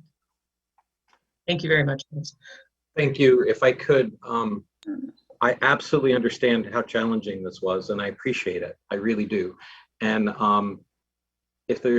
I'd be more than happy to spend more time with you all if you have any interest in talking more about this and some of the nuances, and maybe even affecting the city's guidelines a little bit. And I'd apologize to absolutely every other group that's after us. So I appreciate the creative thinking, surrounding this project and for this project. Of course, I want the structure to be reused. I don't want it to collapse on anyone, and I want the homeowner to be able to use their property. I just personally was not able to reconcile the criteria with what was being proposed exactly. So. Yeah, my problem is with the criteria. Another retreat discussion, I think. Yes. Can I join? Public. Yes. Yes, Okay. you can join. Please do. For just Sounds to me like Chuck wants to be on the board, on the commission. That is not what I said. All right, guys, you ready to move All right. on? And yes, Think we are. so. Fairness to everyone else. Thank you both. All right, thank you. Thank All right. you. Item F6, 630 South Ashley Street. Ms. Thatcher, will you please give the staff report? All right. This one-story concrete masonry unit building is a non-contributing structure in the Old West Side Historic District. There's more history in the staff report. So the proposal is to completely remove this building and excavate the soil out of the entire lot and then backfill it with clean soil. There is contamination under the building that's been identified since the 80s. The first, if you want to do an old news search of articles about this building, it's a fascinating history. We're not going to get into that tonight. Previous work that's been done here. This is the front of the building. Here, this is the front corner. You can see a drive-through has been added. The building was originally much smaller than this. If you look back here on the side, the original building is this sculpted rock face brick right back here. That's the original building. And then this front part was added on, and then the drive-through was added on. That's the original part. And then a wing off to the side that goes to Mosley was added on. So all of this that you're seeing is modern structure. And because of that, the building has lost its integrity and is considered to be a non-contributing structure, regardless of the fact that there's parts of an old building buried in there somewhere. This is just walking around the building. Now we're on Mosley. This is the neighbor's house to the west, their parking area. This is the back of the building, that original bit with the sculpted block. Here we're looking at it from across Mosley Street. This view is northeast.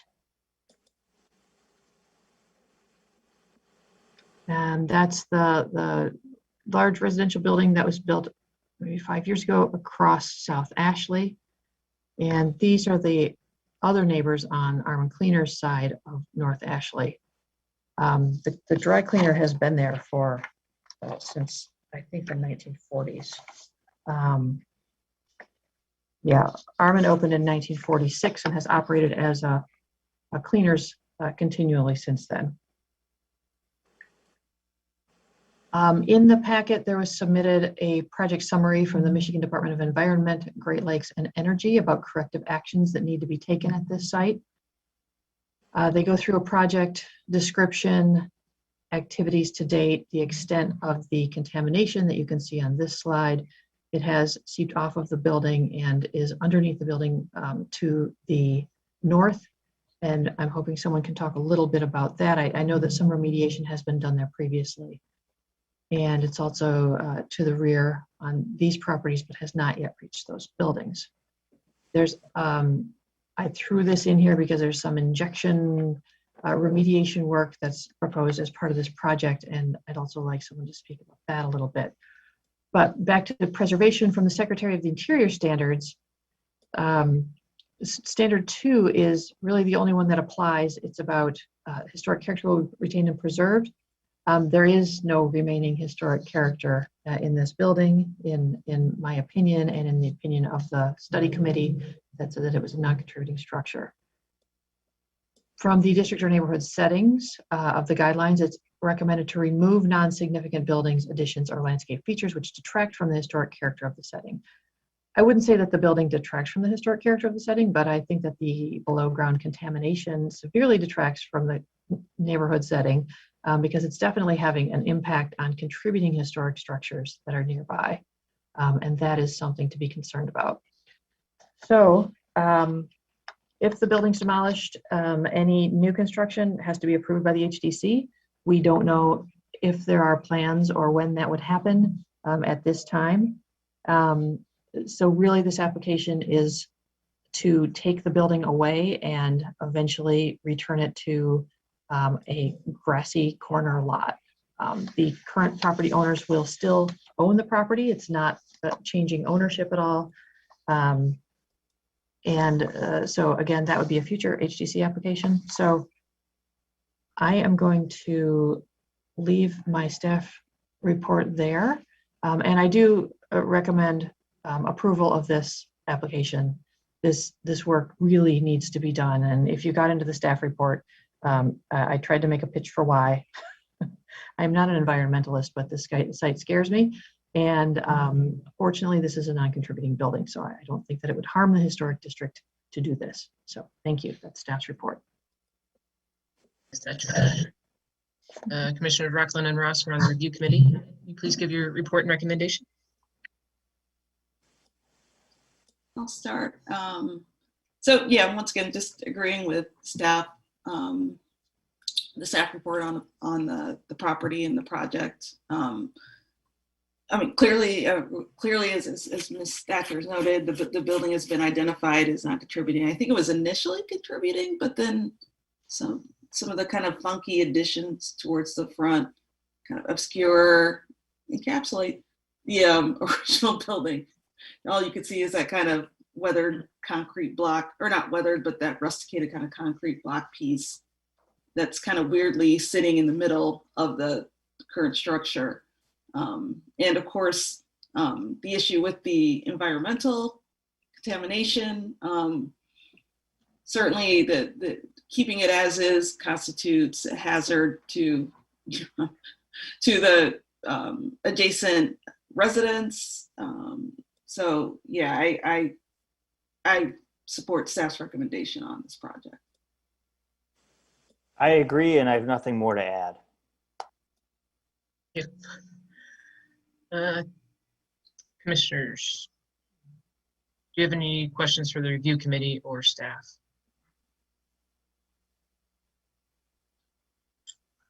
Currently, it looks like we have a couple additional support staff. Could you guys just please state your name for the record? Dan Wild from Eric. Eagle. You need me? Sorry about that. My name is Derek Delacorte. I'm the Community Services Administrator. Do either of you have any additional information to add to staff's report? The only thing I would add is we appreciate the opportunity to be here doing Jill's job in the past for a different community. It's been a long time since I've been at an HTC meeting, and appreciate the work you guys do. No, the staff report is it. We have an enormous opportunity with Eagle coming in, $1 million of state funds to potentially finally resolve the source material issue at this site, which I think is not only a benefit for the district and the adjacent contributing structures, but huge benefit for the city and something we've been pursuing for a long time. So we appreciate the opportunity to be here, and Dan can answer any technical questions on the project if you have. Thank you. I will open the public hearing portion for this item at 630 South Ashley Street. Kristen, do we have any callers? We have a couple callers. As a reminder, *9 to raise your hand.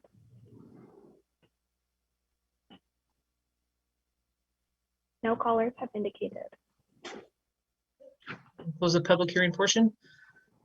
Is there any commissioner that would like to make a motion? Commissioner Quijano? Should I have the right one open here? I move that the commission issue a certificate of appropriateness for the application at 630 South Ashley to demolish the non-contributing dry cleaner building and remove the soil to remediate environmental contamination. The work is proposed as appropriate for the surrounding area and meets the Secretary of the Interior standards for rehabilitation and guidelines for rehabilitating historic buildings, in particular Standard 2, and the guidelines for district or neighborhood setting, alterations or additions. Support. Moved by Commissioner Quijano, seconded by Commissioner White. Is there discussion on the motion? I think this one's pretty straightforward. And especially if you've read through the entire report, I think it's pretty clear cut. All ready to vote?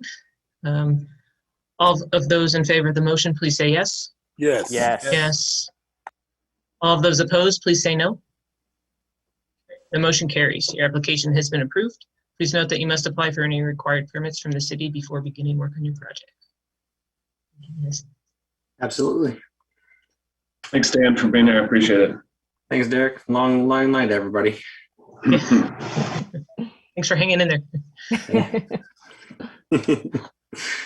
Right. Okay, thank you. Thanks. Sorry, I gotta find my script here. To item G, new business. There is no new business on tonight's agenda. Meeting item H, minutes. We received minutes for May 13th, 2021 HDC minutes. Are there any corrections to these? Has everyone had a chance to review?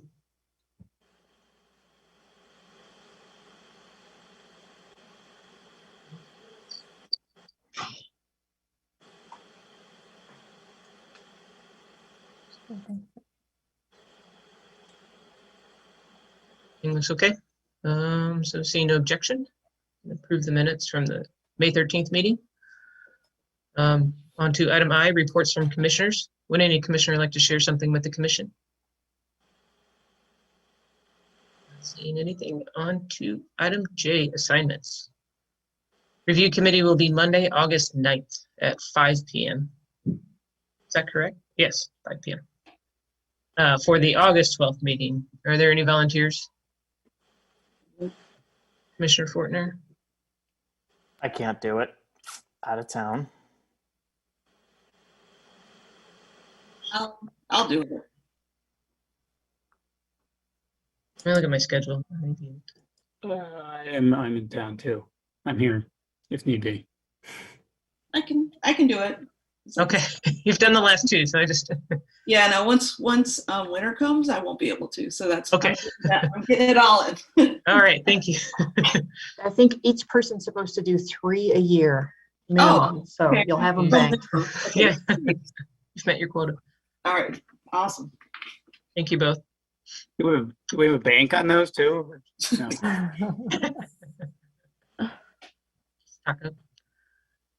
On to K1, reports from staff. The June 2021 staff activities report was attached. Does anyone have any questions? I don't have anything additional to report if you guys don't have any staff activities questions.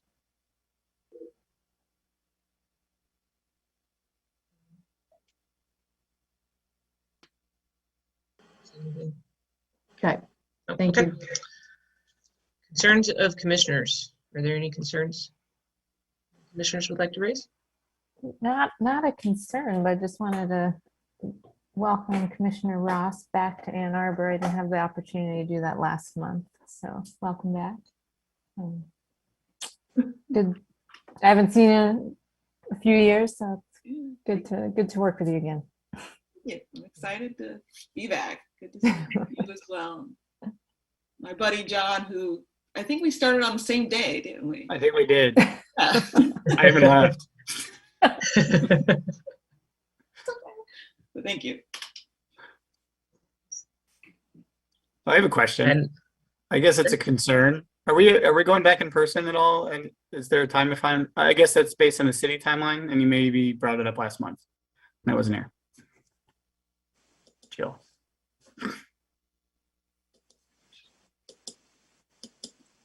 Getting her delete. I'm sorry, John. I was catching up on my minutes here, and could you repeat that, please? Is there a time frame that the city has expected back in person again? Oh, yeah, we're looking at a January 1st hard start for all meetings in person. Yeah, Good to know.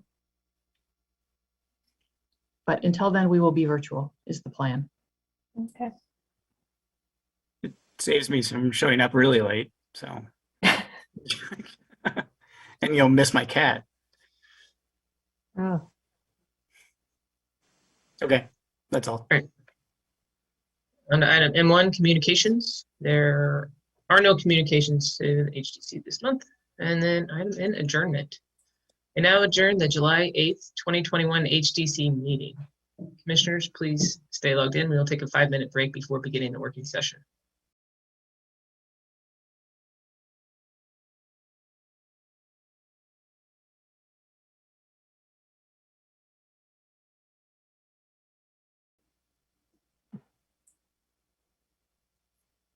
Five minutes?